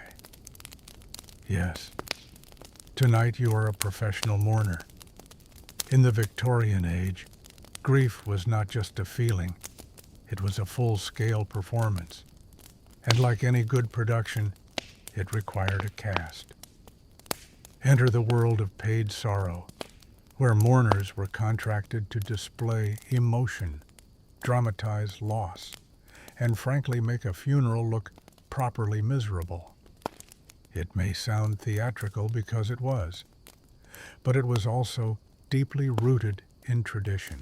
You arrive at the home of the deceased, where a butler leads you into a small drawing room filled with black bunting. You're introduced to your role. You will walk at the front of the procession, wear a veil, and when the casket is lowered, you'll sob convincingly. If you can squeeze out real tears, even better. Historically, the idea of hiring mourners wasn't new. Ancient Egyptians, Greeks, and Romans all employed paid wailers to express sorrow at funerals. What made the Victorians unique was how they refined the job. It wasn't about howling in the streets. It was about tasteful, dignified grief that reinforced the status of the departed. And status is key here. A large, visible show of mourning meant the deceased was important. If your relatives were unavailable, unwilling, or simply too composed, you could hire someone to fill the gap. Think of it as emotional outsourcing. These mourners helped shape the narrative. This person was loved. This person will be missed. Historians still argue whether this was sincere grief by proxy or mere pageantry, but the truth is probably somewhere in between. People mourn in different ways, and some just wanted the visual comfort of knowing that even if they couldn't cry themselves, someone would. The mourners were often women, dressed in black bombazine or crepe with heavy veils and gloves. They moved like shadows through the funeral day. Some were retired actresses, others widows themselves who found in grief a second career. They knew the script: enter quietly, offer sympathy, hold a hand, sob softly at the graveside, then disappear. But there were male mourners, too often assigned to carry the coffin or walk directly behind it. They wore armbands, tall hats with crepe rosettes, and expressions of noble sorrow. In wealthier funerals, they even had choreographed roles: nod at the minister, lower the casket in unison, bow heads for exactly 20 seconds. In working-class neighborhoods, professional mourning took on different forms. One woman in London, known only as Mrs. Finn, was so famous for her expressive crying that she was requested by name. "Get Mrs. Finn if you want wailing," they'd say. She'd weep at the coffin, clutch her own breast, and sometimes faint, always just far enough to be caught, never enough to break character. It wasn't always paid in coin. Sometimes mourners received funeral clothes: a dress, a pair of gloves, a hat. These mourning garments were often passed from one mourner to the next, altering size and style as needed. Some women had entire wardrobes built from years of grief performance. You pause at the mirror in the hallway and study your own attire. The veil is heavy. The gloves are snug. You know the rules: don't laugh, don't speak unless spoken to, and never outshine the family's grief. Then there's the funeral train, not the kind on rails, but the procession of mourners stretching behind the hearse. In large funerals, paid mourners helped pad out this line, creating a more impressive display. The longer the train, the more respected the deceased. And so, for the right price, you could rent mourning bodies to lengthen your legacy. It wasn't considered disrespectful. Quite the opposite. These mourners were viewed as essential to honoring the dead with dignity. In some cases, they were accompanied by mutes, silent figures, dressed in black with long staffs who stood vigil at the door or led the procession in total silence. Their presence signified solemnity. They never spoke, never smiled, never broke character, like funeral statues made flesh. There were also funeral drapers, crepe specialists, and mourning coaches with hired drivers trained to match the tone of the event. The entire affair was orchestrated like a symphony of sadness, and every player had a part. Even mourning actors were sometimes brought in, especially in theatrical or literary circles. A playwright might arrange for a weeping friend to deliver a dramatic eulogy. A poet might hire someone to read a final verse. These roles weren't just performance, they were considered gifts. And in America, oh yes, the practice crossed the Atlantic. During the Civil War, so many families experienced loss that mourning became a social institution. In cities like New York and New Orleans, advertisements for professional mourners ran in newspapers. One even promised gentle, sobbing, tasteful attire, no uncontrollable fits, unless requested. You walk slowly through the hallway of the deceased's home. You see portraits draped in black. A clock stopped at the hour of death. In the corner, two hired mourners sit together in silence, sipping tea and waiting for their cue. This isn't about pretending. It's about filling the silence, about giving shape to loss when those closest to the deceased can no longer speak. Some might call it insincere, but you start to think maybe it's an act of generosity, lending your presence to someone else's sorrow, crying the tears they cannot cry. The funeral begins. You stand when instructed, walk at the correct pace, bow your head at the appropriate moment. At the grave, you feel a tear form, not from performance, but from the sheer gravity of it all. The ritual, the symbolism, the collective weight of people trying awkwardly and earnestly to say goodbye. You never knew the man, but in this moment, your tears aren't fake. They're part of something bigger, something oddly beautiful. A reminder that mourning isn't just personal, it's shared. Even if for a few hours, it's also a job. You're aboard a steamship crossing the Atlantic. The air is thick with salt and coal smoke, and every suitcase rattles with the hum of grief tucked quietly between layers of linen and lace. Because what began as a British mourning tradition is now arriving trailing black veils and tear-stained etiquette on American soil. Welcome to the world of Victorian mourning in America, where English customs met American intensity, and the result was a full-blown melodrama of mourning.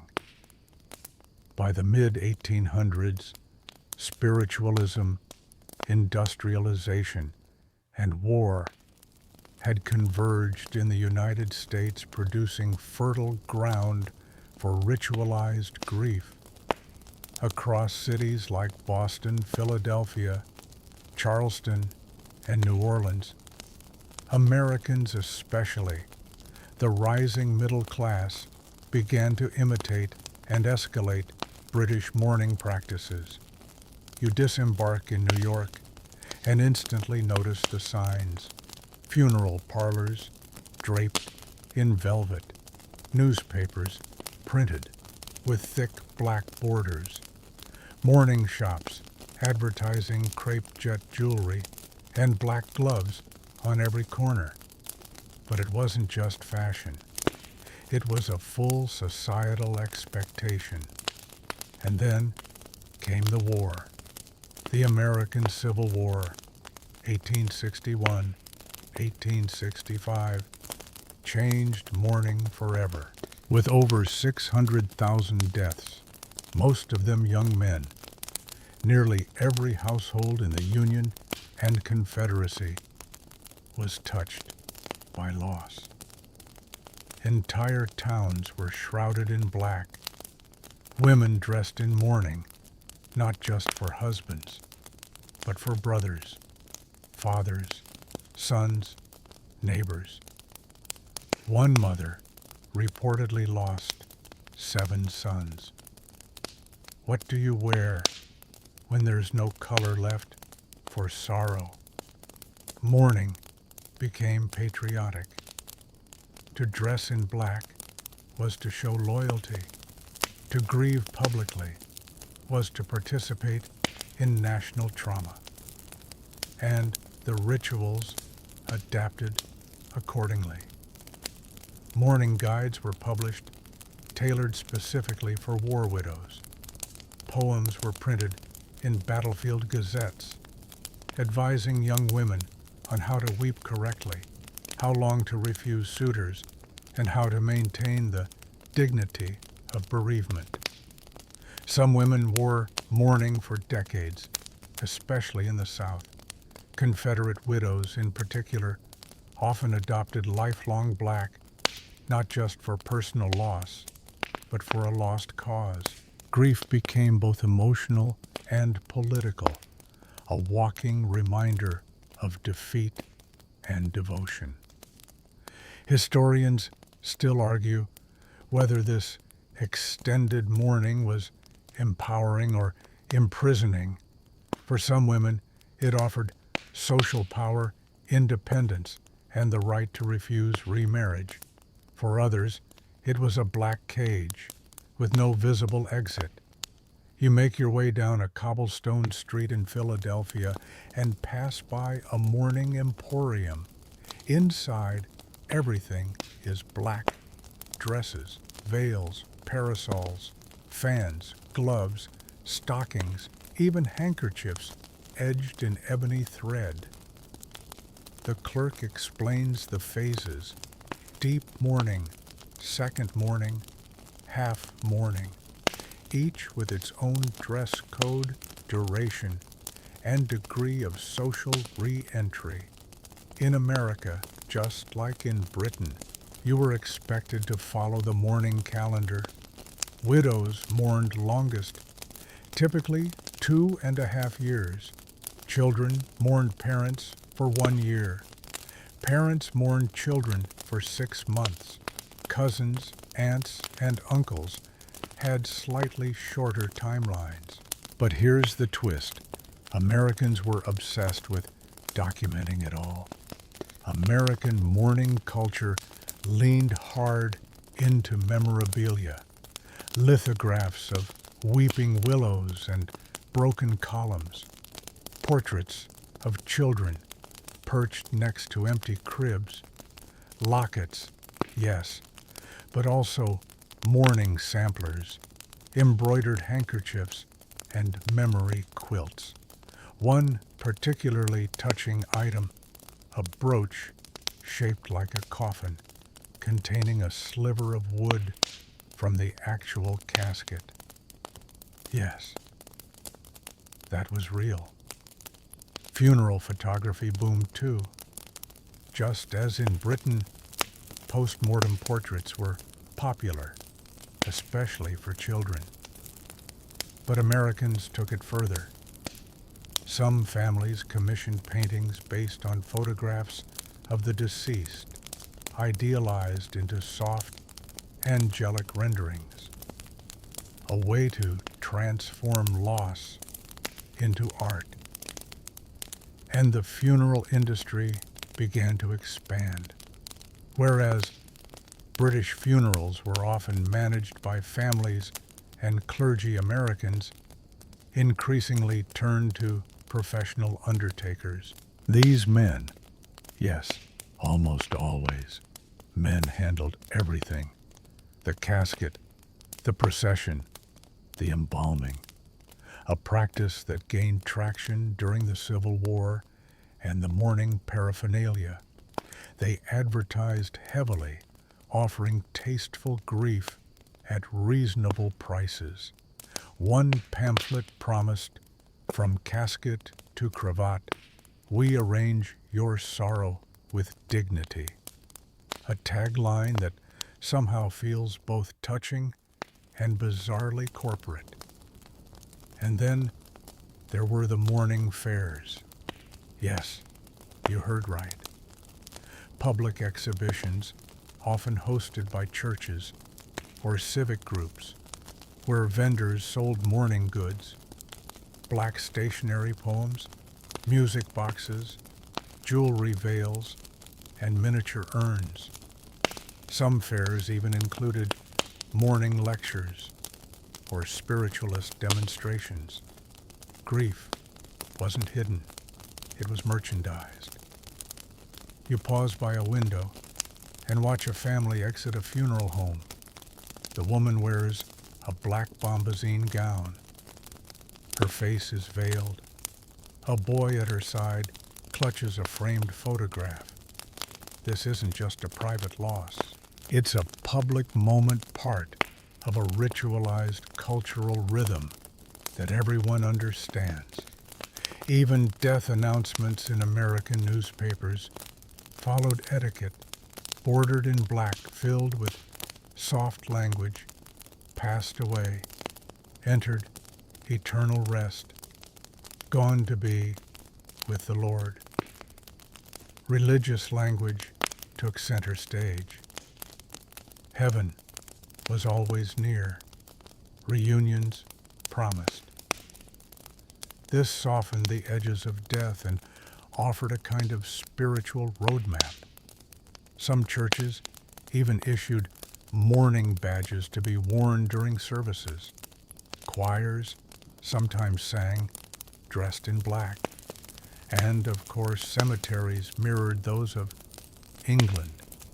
Beautiful, sprawling garden cemeteries like Mount Auburn in Massachusetts or Greenwood in Brooklyn, where families gathered not just to grieve, but to picnic, remember, and walk among the stones. And, just like in Britain, mourning photography evolved into spirit photography. Americans eagerly embraced the possibility of ghostly communication. Seances were held in parlors from Boston to San Francisco, and mediums like the Fox sisters, whose spirit rapping gained national fame, became household names. America added its own flavor to grief. It was louder, more enterprising, and more emotional, but it was also deeply sincere. A country torn apart by war needed ways to remember to restore and to reconnect. You walk slowly now past a row of headstones in a local cemetery. Some are topped with lambs, others with broken columns, symbols of lives cut short. One inscription reads, "She sleeps, but memory watches." And that's the thread, isn't it? Across oceans through different customs, the message was the same. Grief is love that refuses to vanish. Whether whispered at a seance, worn on a sleeve, or embroidered into a mourning quilt, it clung to life even after death had taken everything else. And in both Britain and America, the rituals of mourning became a shared language, a way of saying they mattered, they were here, and we remember. You're sitting on a wooden bench near a foggy town square, watching the early morning bustle. A milk cart rumbles past and a vendor unfurls an awning of fresh apples. In the distance, church bells ring slow and deliberate. A funeral is beginning. But your attention isn't on the coffin, or the mourning carriage, or even the heavy veils fluttering at the edges of the procession. It's on the crowd, gathering behind it. Some wear stiff black bombazine, some wear simple black ribbons pinned to faded coats. Some wear no mourning clothes at all. And just like that, you've stepped into one of Victorian society's most delicate and often unspoken tensions, class-based mourning etiquette. Because grief, while universal in feeling, was not equally performed. In the Victorian era, mourning customs came with a price tag, and depending on your social class, your grief might look very different, not because your sorrow was smaller, but because your budget was. Let's start at the top. If you were wealthy aristocracy or upper middle class, you had the resources to mourn lavishly. You followed the prescribed calendar: 2 years of mourning for a spouse, 1 year for a parent, 6 months for a sibling, and so on. You owned multiple mourning ensembles, each tailored for different stages: deep mourning, second mourning, and half mourning. You hired dressmakers who specialized in crepe. You purchased jet jewelry, mourning gloves, parasols, and handkerchiefs with black embroidery. You sent out black bordered stationery. You hosted subdued luncheons in rooms draped in black velvet. Your grief was visible and precise. You could even afford a mourning coach, a specially rented carriage drawn by black horses with black plumed headpieces. Your servants wore black armbands. Your mourning was a performance, and you had the staff to run the production. Now shift your gaze down the social ladder. If you were lower middle class or working class, things looked different. Mourning customs still mattered, but they required sacrifice. You couldn't afford custom-made mourning dresses, so you dyed your existing clothes black.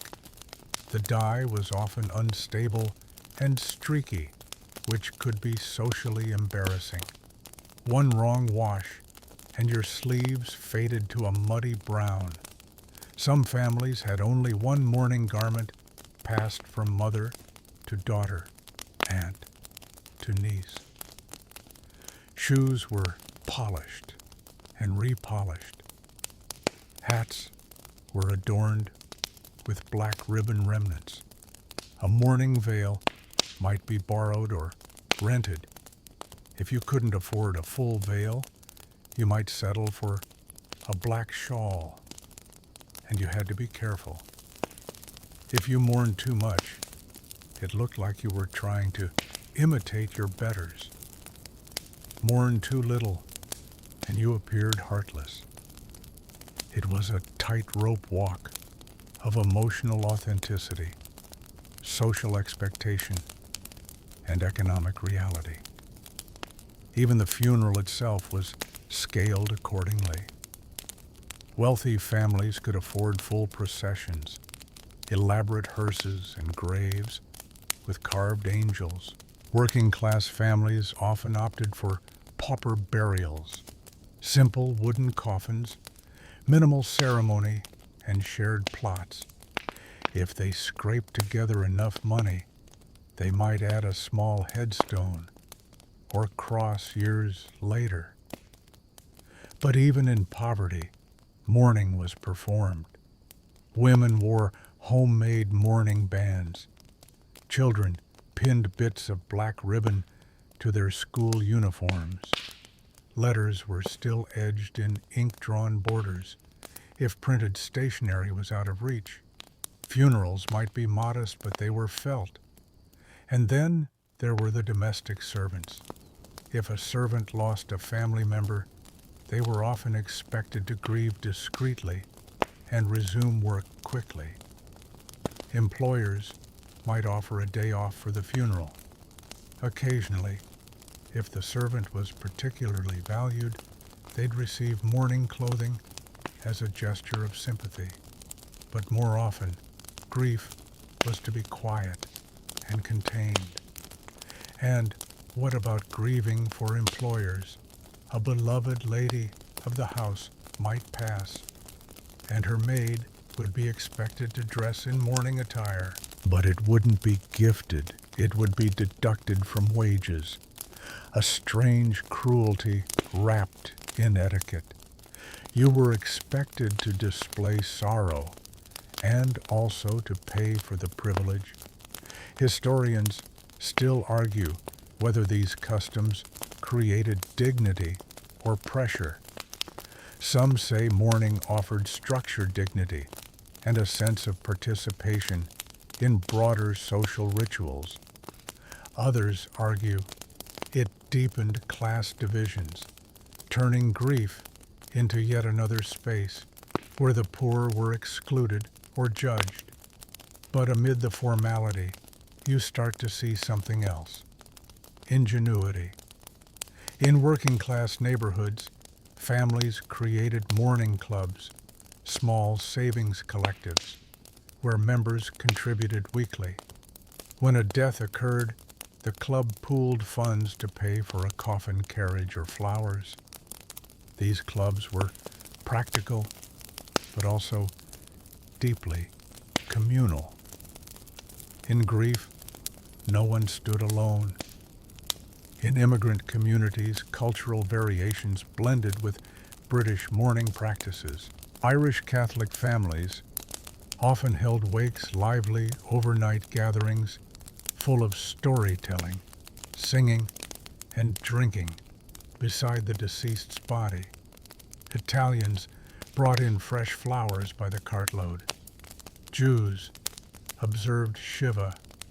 Grief remained local, personal, filtered through faith and tradition. And some families simply opted out. They couldn't afford mourning clothes, or they didn't believe in public ritual, or they were too exhausted. In such cases, neighbors might gossip, but others would quietly understand, because behind every missing veil or bare lapel was a person who'd likely lost just as much, just without the budget to prove it. You return your gaze to the procession winding down the hill. At the front walks a woman in rich black silk, a crepe veil over her face. Behind her, two children in dusty shoes and makeshift black sashes. Behind them, a man with a worn jacket, no ribbon, but eyes as red as any duke's. They're all mourning, and in that moment you realize grief isn't diminished by what you wear. Pain doesn't shrink because your gloves are borrowed. Love isn't measured in jet beads or velvet lining. The Victorian system may have dictated how you mourned, but it never truly determined why. At its best, mourning customs helped people remember. At its worst, they punished those who could not afford to forget quietly. You step back into the street, and no one notices whether you wear black, but you carry sorrow just the same. You walk now between rows of tall aging stones, the air heavy with moss and memory. The older graves are crooked inscriptions, softened by time angels, losing their noses to weather. And yet even here in the quiet, you can feel a different kind of pressure. The pressure of a city trying to contain both its living and its dead. Because as the 19th century progressed, Victorian mourning collided with something no one could grieve away: urban overcrowding. You pause at a cramped churchyard. The graves are packed shoulder to shoulder, sometimes stacked 3 or 4 deep, coffins buried inches apart, headstones crowded like books on a shelf. This isn't just tight, it's dangerous. In London, Paris, and other rapidly growing cities, death was becoming a public health problem. You've heard of miasma, the Victorian theory that diseases like cholera and typhus spread through foul air. Well, nothing fouled air faster than thousands of decaying bodies shoved into shallow, reused graves.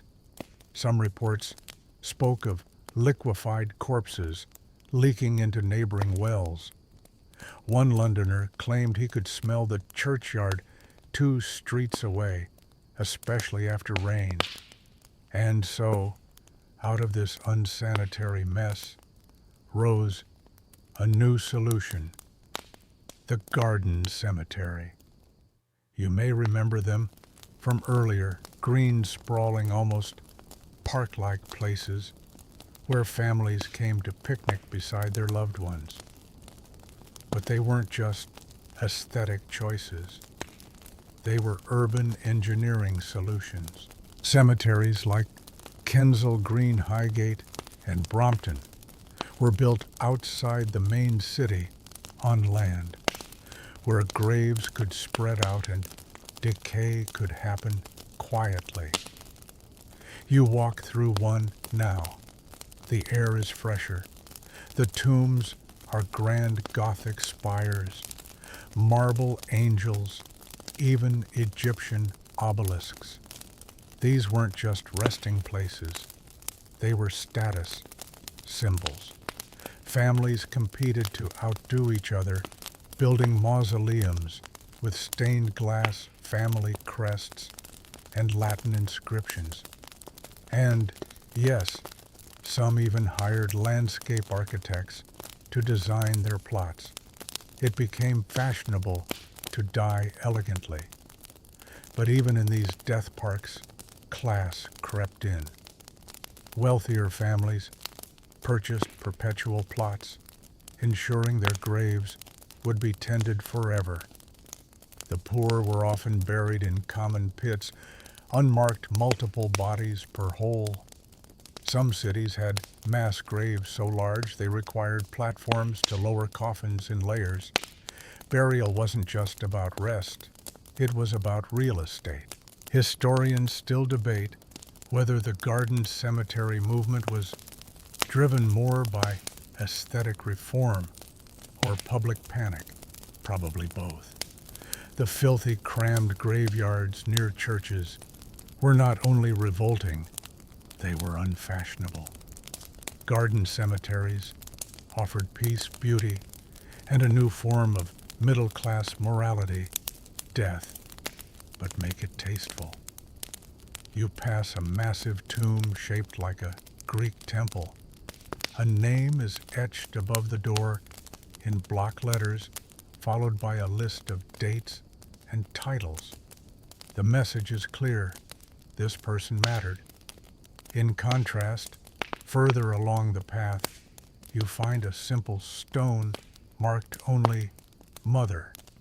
No dates, no surname, just the word. And yet, it somehow strikes you harder. Some cities responded with burial legislation.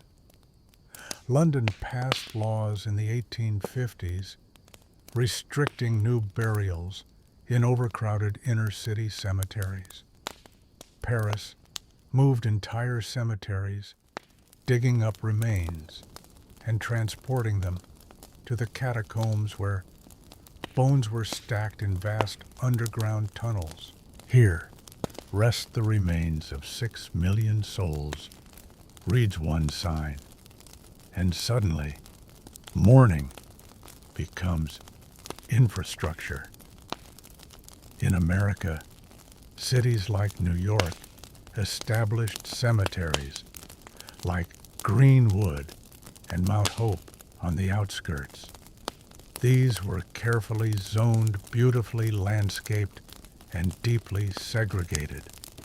Class and race dictated not only where you lived, but also where you'd be laid to rest. You step into a family plot and notice something curious. The inscription stopped in 1881. No more names, though plenty of space remains. Why? Because the family moved, not to another cemetery, but to cremation. By the late Victorian period, cremation began to rise as a practical and sometimes controversial alternative. Advocates argued it was sanitary, economical, and modern.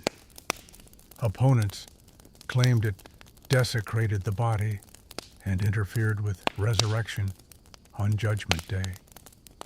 The first modern crematorium in Britain opened in 1878. The reaction mixed. Some hailed it as a scientific marvel. Others picketed. Queen Victoria's surgeon called it a splendid solution. Religious leaders muttered about heresy. The first official cremation in England took place in 1885. By 1900, it was still rare, but the idea was gaining ground. You pass by a small niche wall in early columbarium, where urns are stored instead of bodies.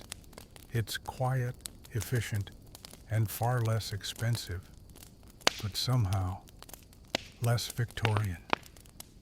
There's no weeping angel, no weeping widow, just names, dates, ash.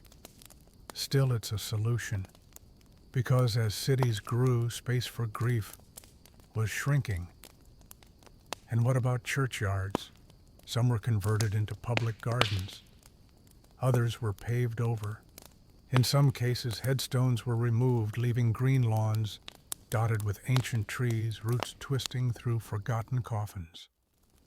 A few cemeteries were built atop older ones. If you dig deep enough, you find layers of mourning pressed together like a sediment of sorrow. You pause under a great yew tree. In Victorian symbolism, yew represented eternal life, a fitting guardian for the dead. Its roots spread wide, deeper than most stones reach.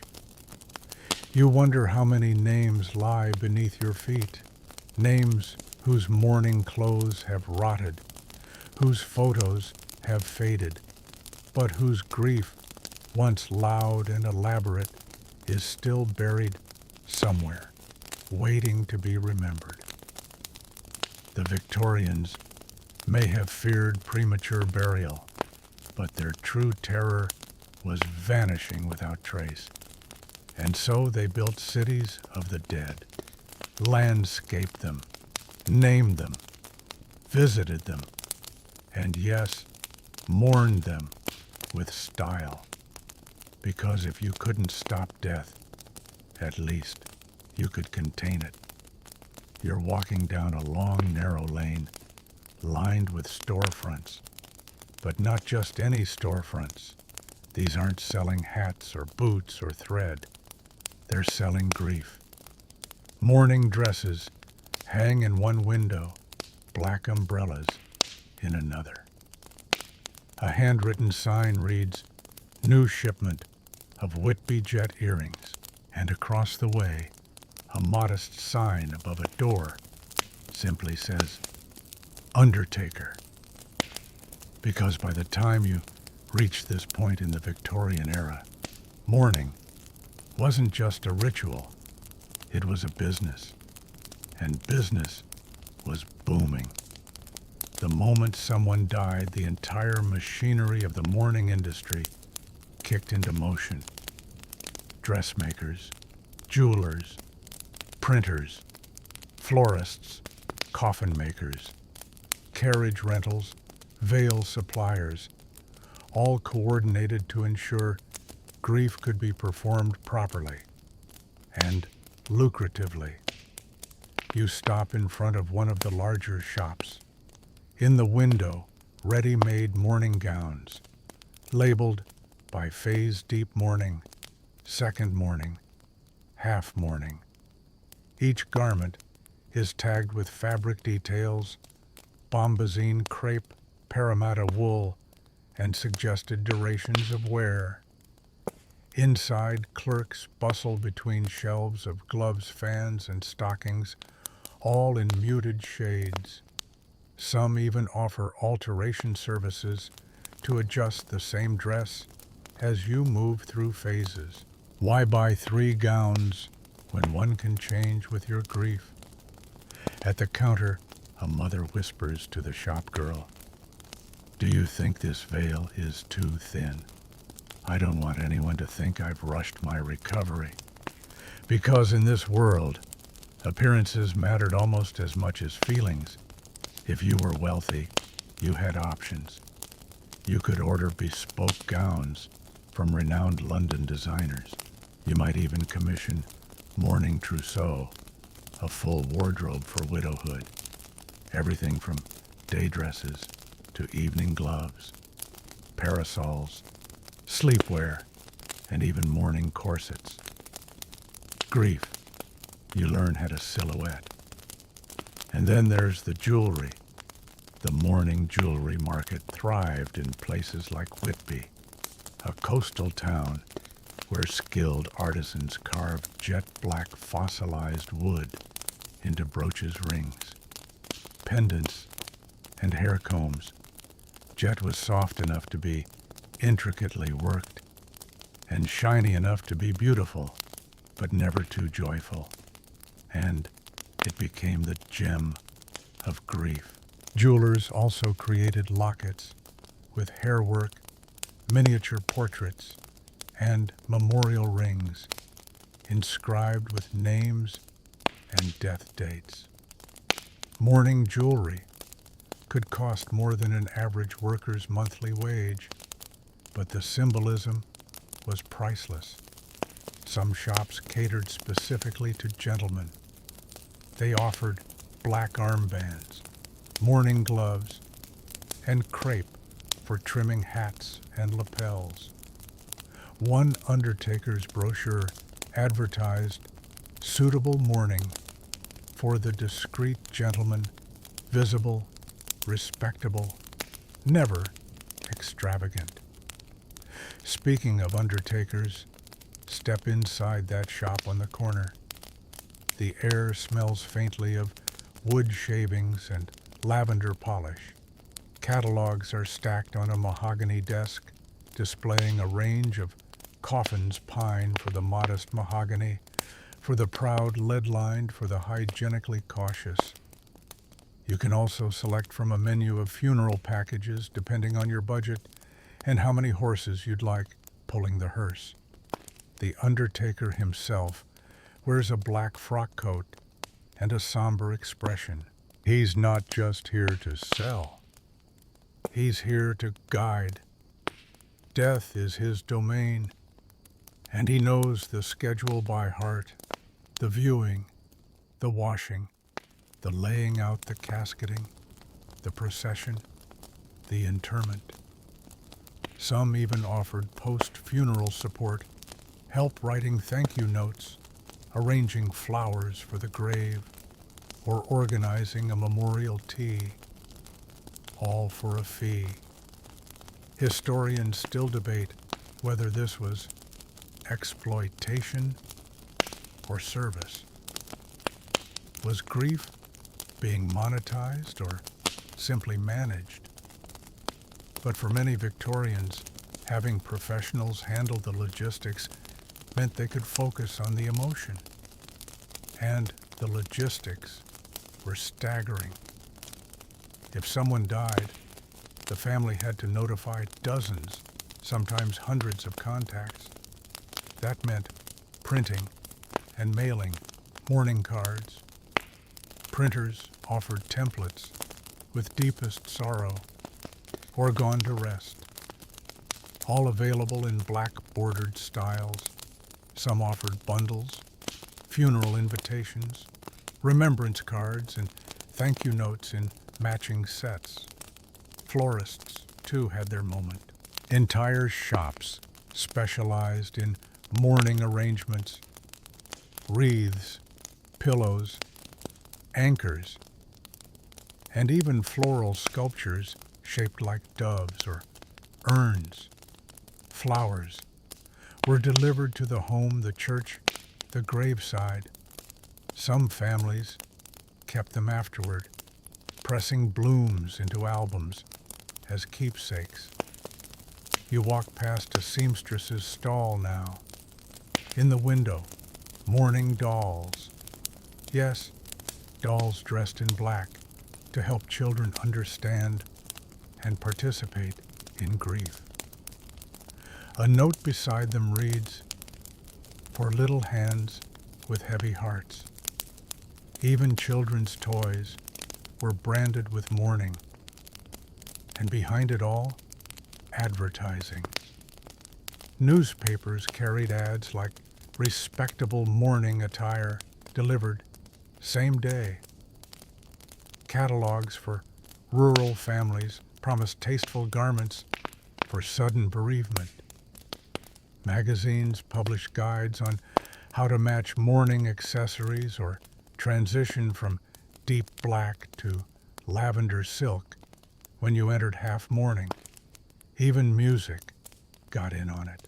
Publishers sold sheet music for mourning songs, "Thy Spirit's Gone," "The Widow's Waltz," and "When the Roses Bloom in Heaven." They weren't just sung at funerals. They were played in drawing rooms for guests, offered up as a kind of grief entertainment. It might seem like overkill, but in an age when mortality was high and faith in medicine low, mourning was one of the only things you could control. And the industry grew up around that need for guidance, for beauty, for social correctness, and for something to do with your hands while your heart broke. And it wasn't all grim profiteering. Some businesses truly cared. One widow wrote to a mourning dressmaker to thank her for treating my sorrow with gentleness. Another said her undertaker made my husband's departure less cruel to arrange. Behind the merchandise, there was often kindness. Still, you leave the lane with a strange feeling. Grief had been commodified, but maybe it needed to be. Maybe turning sorrow into steps instructions, receipts, and rituals was the only way to move through a world where death knocked often and without warning. And as you turn the corner, you pass a sign. in a window. We serve the grieving with dignity, decorum, and the finest crepe. You smile, because in the Victorian world, even heartbreak had brand identity. You wake one morning in the year 1905 and notice something odd. Not everyone is wearing black anymore. The veil shop on the corner has gone out of business. The undertaker's storefront has swapped its window display from mourning sashes to simple pine boxes. Even the newspaper, once bordered in thick black lines to mark the passing of prominent citizens, has begun printing obituaries in plain ink. You rub your eyes and realize something profound is happening. Victorian mourning is dying, and what's replacing it isn't flamboyant grief or Gothic ritual, but something quieter, faster, and far less visible. The turn of the 20th century brought seismic shifts in how people related to death. What once took 2 years, a dozen garments, and 300 handwritten cards now took a handshake, a brief funeral, and a polite nod. And it didn't happen all at once. You begin to trace it backward. The first cracks in the grand edifice of Victorian mourning appeared in the 1880s and 1890s as new generations grew weary of the weight of inherited grief. Mourning customs began to feel, how should we say this, excessive. Queen Victoria's prolonged sorrow had inspired an empire of ritual, but even she couldn't keep it going forever. When she died in 1901, after 40 years of mourning Prince Albert, the era of long veils and jet brooches went with her. People mourned the Queen, yes, but they were ready to let go of the black both metaphorically and literally. Fashion houses led the change. By 1905, Parisian designers had begun releasing collections with soft grays and mauves specifically marketed as refined mourning alternatives. Silk replaced crepe. Shorter veils became acceptable. Even jet jewelry, once the gold standard of respectable grief, was slowly replaced by modest pearls or left off altogether. Historians still debate the root cause of this change. Was it economic, cultural, psychological? Some say it was the rise of modernism, the shift toward rationality, speed, and efficiency. Others point to the secularization of death. As religious faith became more personal and less ritual-driven, so too did mourning. Then came medicine. With advances in germ theory, hygiene, and surgery, death began to move from the home to the hospital. Where Victorians died in parlors surrounded by family, Edwardians increasingly died in clinics under white sheets, fluorescent lights, and the care of professionals. This changed everything. Death was no longer a domestic event. It was medicalized, sanitized, and eventually commercialized.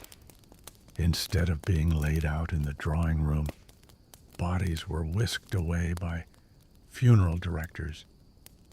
Instead of family-led rituals, you had scheduled cremations and quiet services.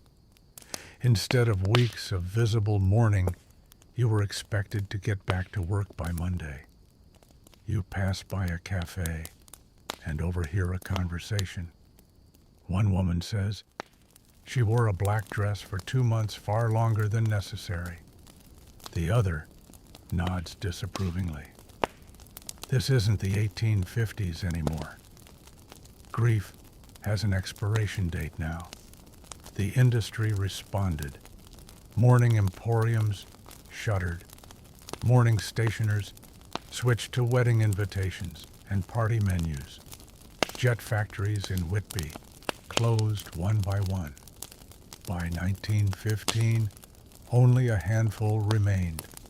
Undertakers stopped offering full mourning wardrobes and instead promoted discreet services for the modern family.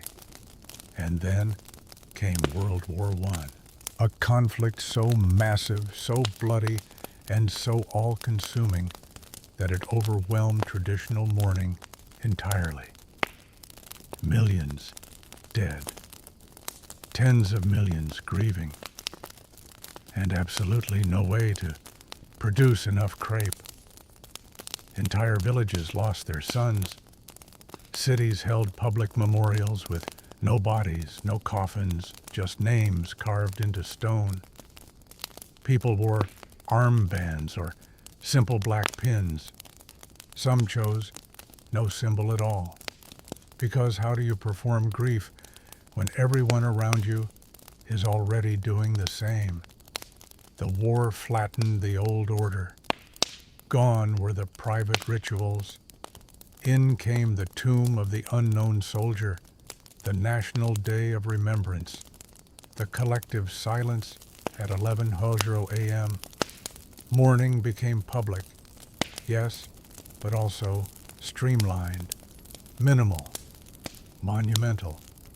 By the 1920s, even those who wanted to mourn in the old way found it difficult.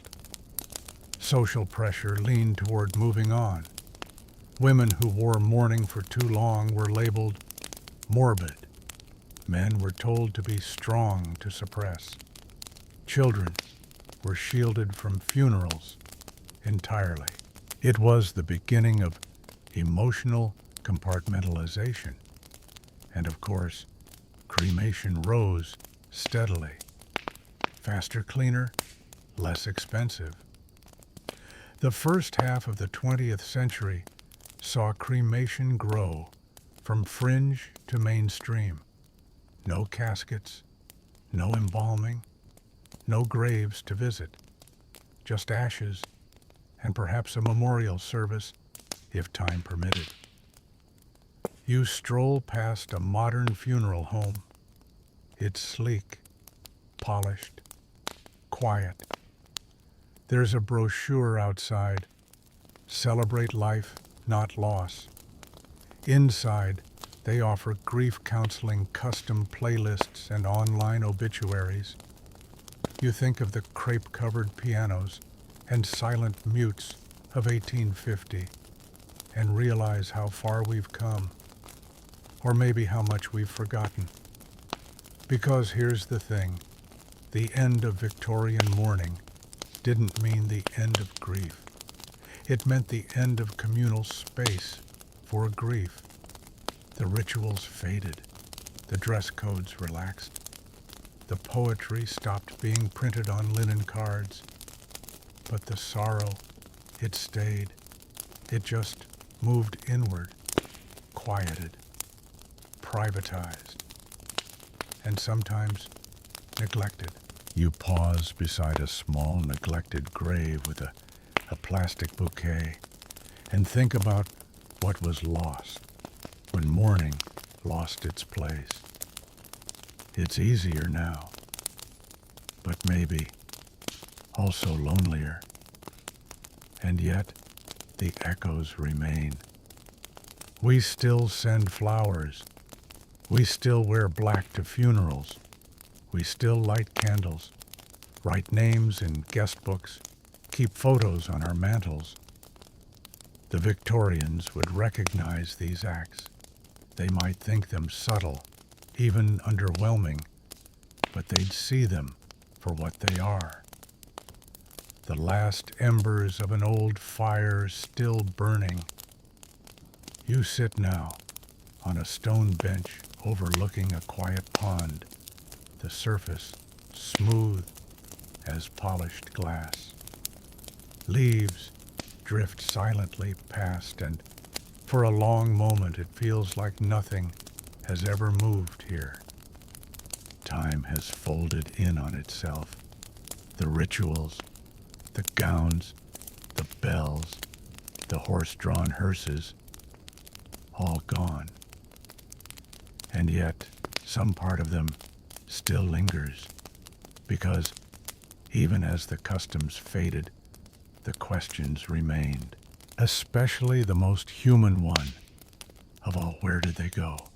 In the heart of Victorian mourning beat a very specific, very earnest belief. Death was not the end. And if you'd lost someone, especially someone you loved deeply, you weren't just mourning their absence. You were watching and waiting for reunion. You look out across the water and imagine it, a world where souls journeyed onward, where you might see your child again, your spouse, your parents. The afterlife wasn't abstract. For Victorians, it was vivid mapped, sometimes even scheduled, but the beliefs weren't all the same. Victorian ideas about the afterlife were a patchwork quilt of Christian doctrine, folk superstition, spiritualist speculation, and just a little poetic, wishful thinking. The result, a worldview where heaven wasn't just above, it was close, right here, maybe just past the veil, maybe even in the same room. Let's start with the basics. The dominant Christian view was simple and deeply comforting. Those who died in faith would go to heaven, a realm of eternal peace, light, and reunion. Funerals often included verses from Revelation. He shall wipe away all tears from their eyes. Victorian hymnals were packed with songs like "Shall we gather at the river," or "Nearer, my God, to thee." Graves were marked with phrases like "Asleep in Jesus gone home," or "Safe in the arms of the Lord." These weren't just words, they were assurances. Grief might last for years on earth, but in heaven all would be restored. But beneath that serene surface churned a sea of uncertainty. Historians still argue how much of this doctrine people truly believed versus what they hoped. The fear of hell was still present, especially in early Victorian sermons, but increasingly, universalism crept in. More people began to believe that God's mercy extended beyond death, that children certainly would not suffer, that perhaps the dead were simply waiting. And that's where things get more interesting. The spiritualist movement, as you've seen, introduced a new idea.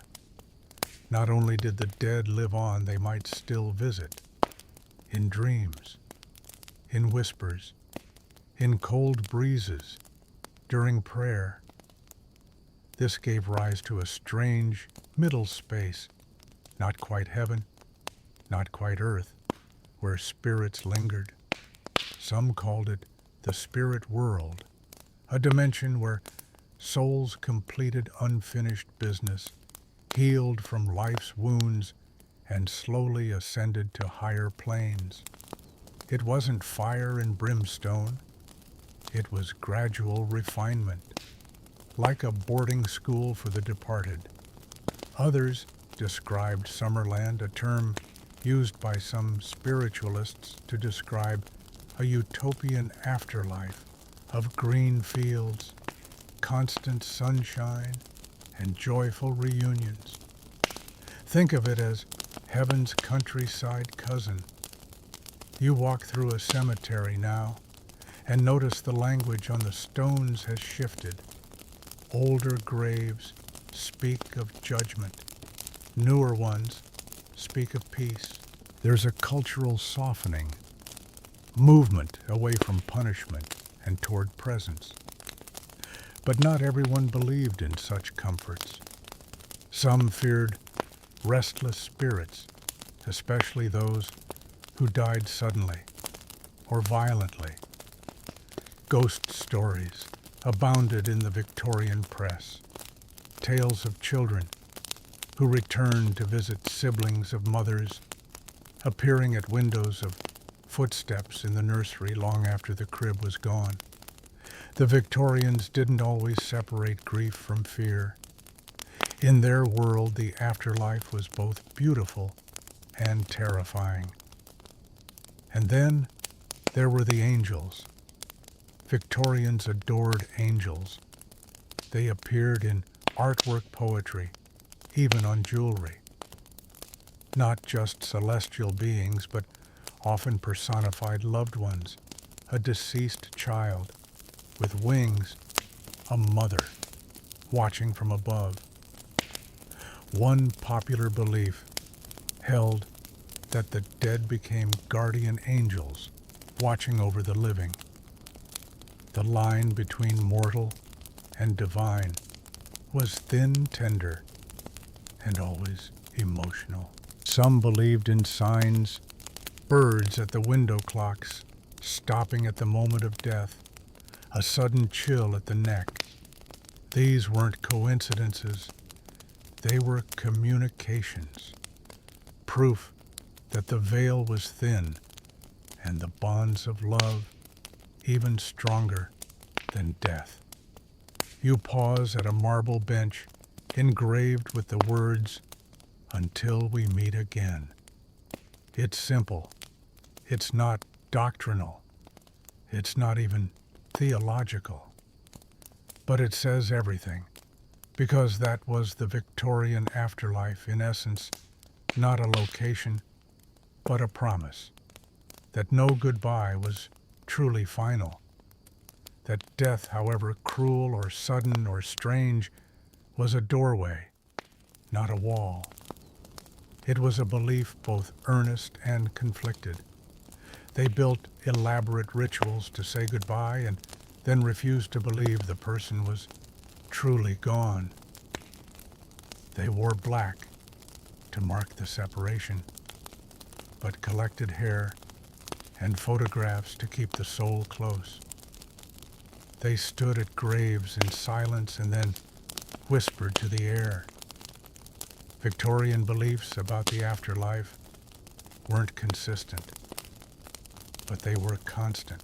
Grief for them wasn't just about missing the dead. It was about trying to stay in touch. And maybe, just maybe, that's the part that still echoes in us today. When we visit a grave and talk aloud, when we keep a voicemail saved, when we smell someone's cologne and freeze, when we whisper, "I hope you saw that." Whether we believe in heaven or not, in ghosts or not, in reunion or not, something in us still reaches. And the Victorians, they would have understood. You're standing in front of a mirror, not just any mirror, a tall antique thing with a carved wooden frame and a faintly clouded surface that softens your reflection.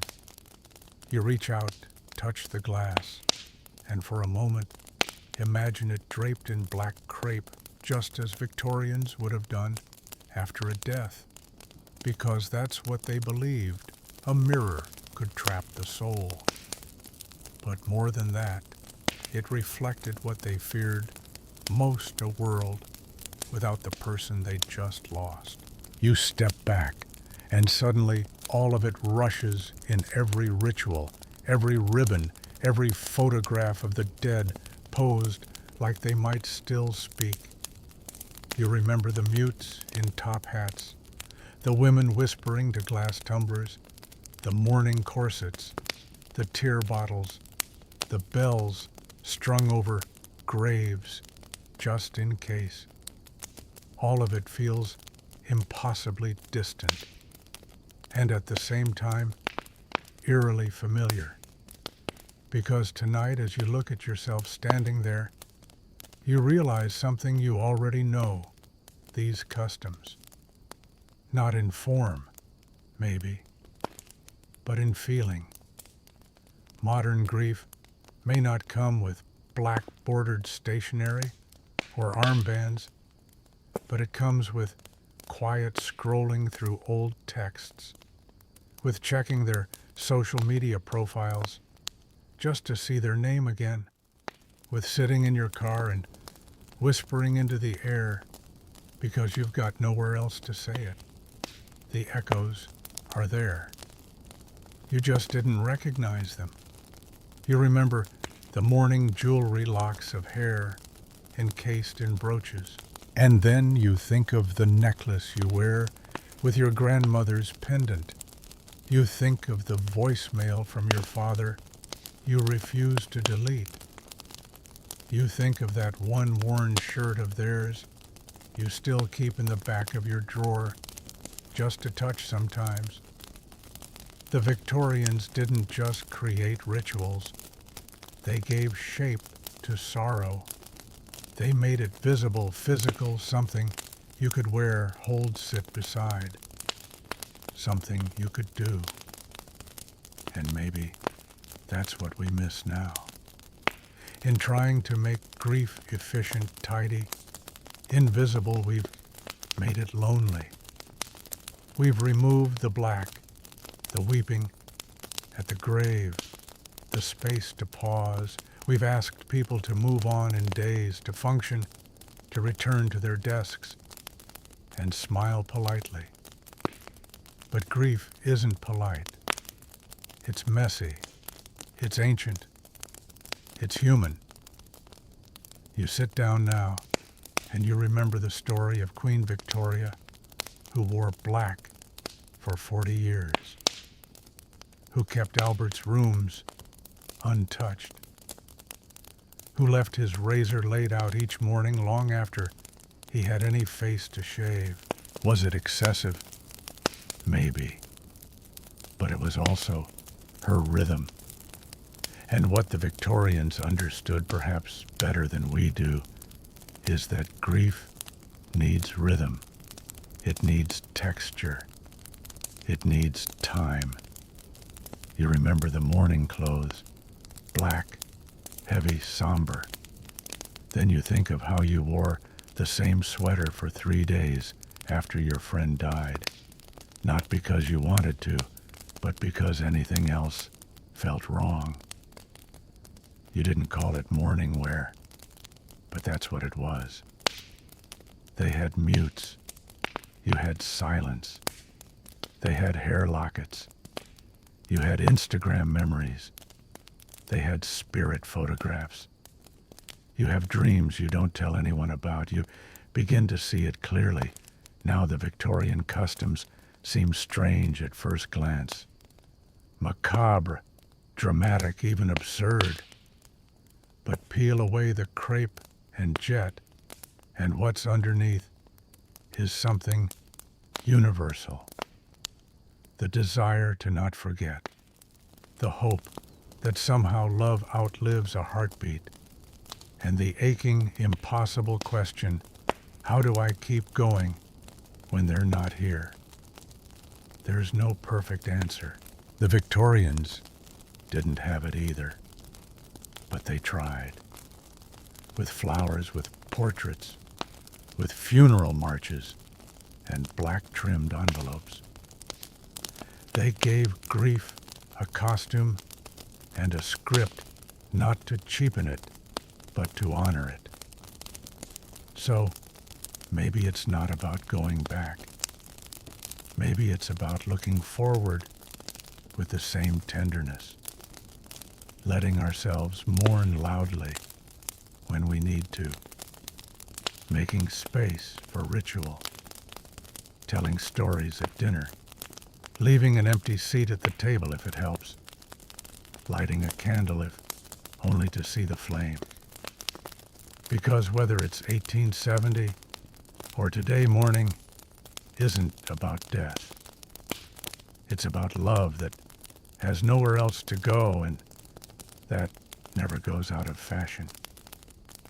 So, now as we ease out of this journey through black veils and velvet-lined coffins, take a moment to soften your breath. The past has been heavy tonight, but not in a way that drags you down. More like a weighted blanket of memory, gently pressing against the noise.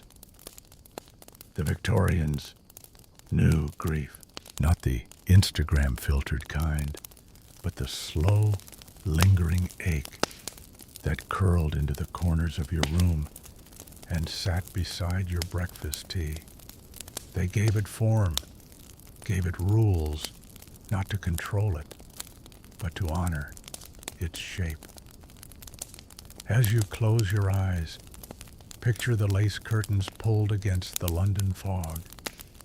Picture the candlelight flickering against a brooch filled with hair. Picture a letter still wet with ink, saying only, "She is gone, but she was loved." You're allowed to grieve in whatever language is yours. A whispered prayer, an old song, a quiet walk to nowhere. And you're allowed to remember again and again, because forgetting was never the goal. Only loving, louder than silence. So, breathe in slowly.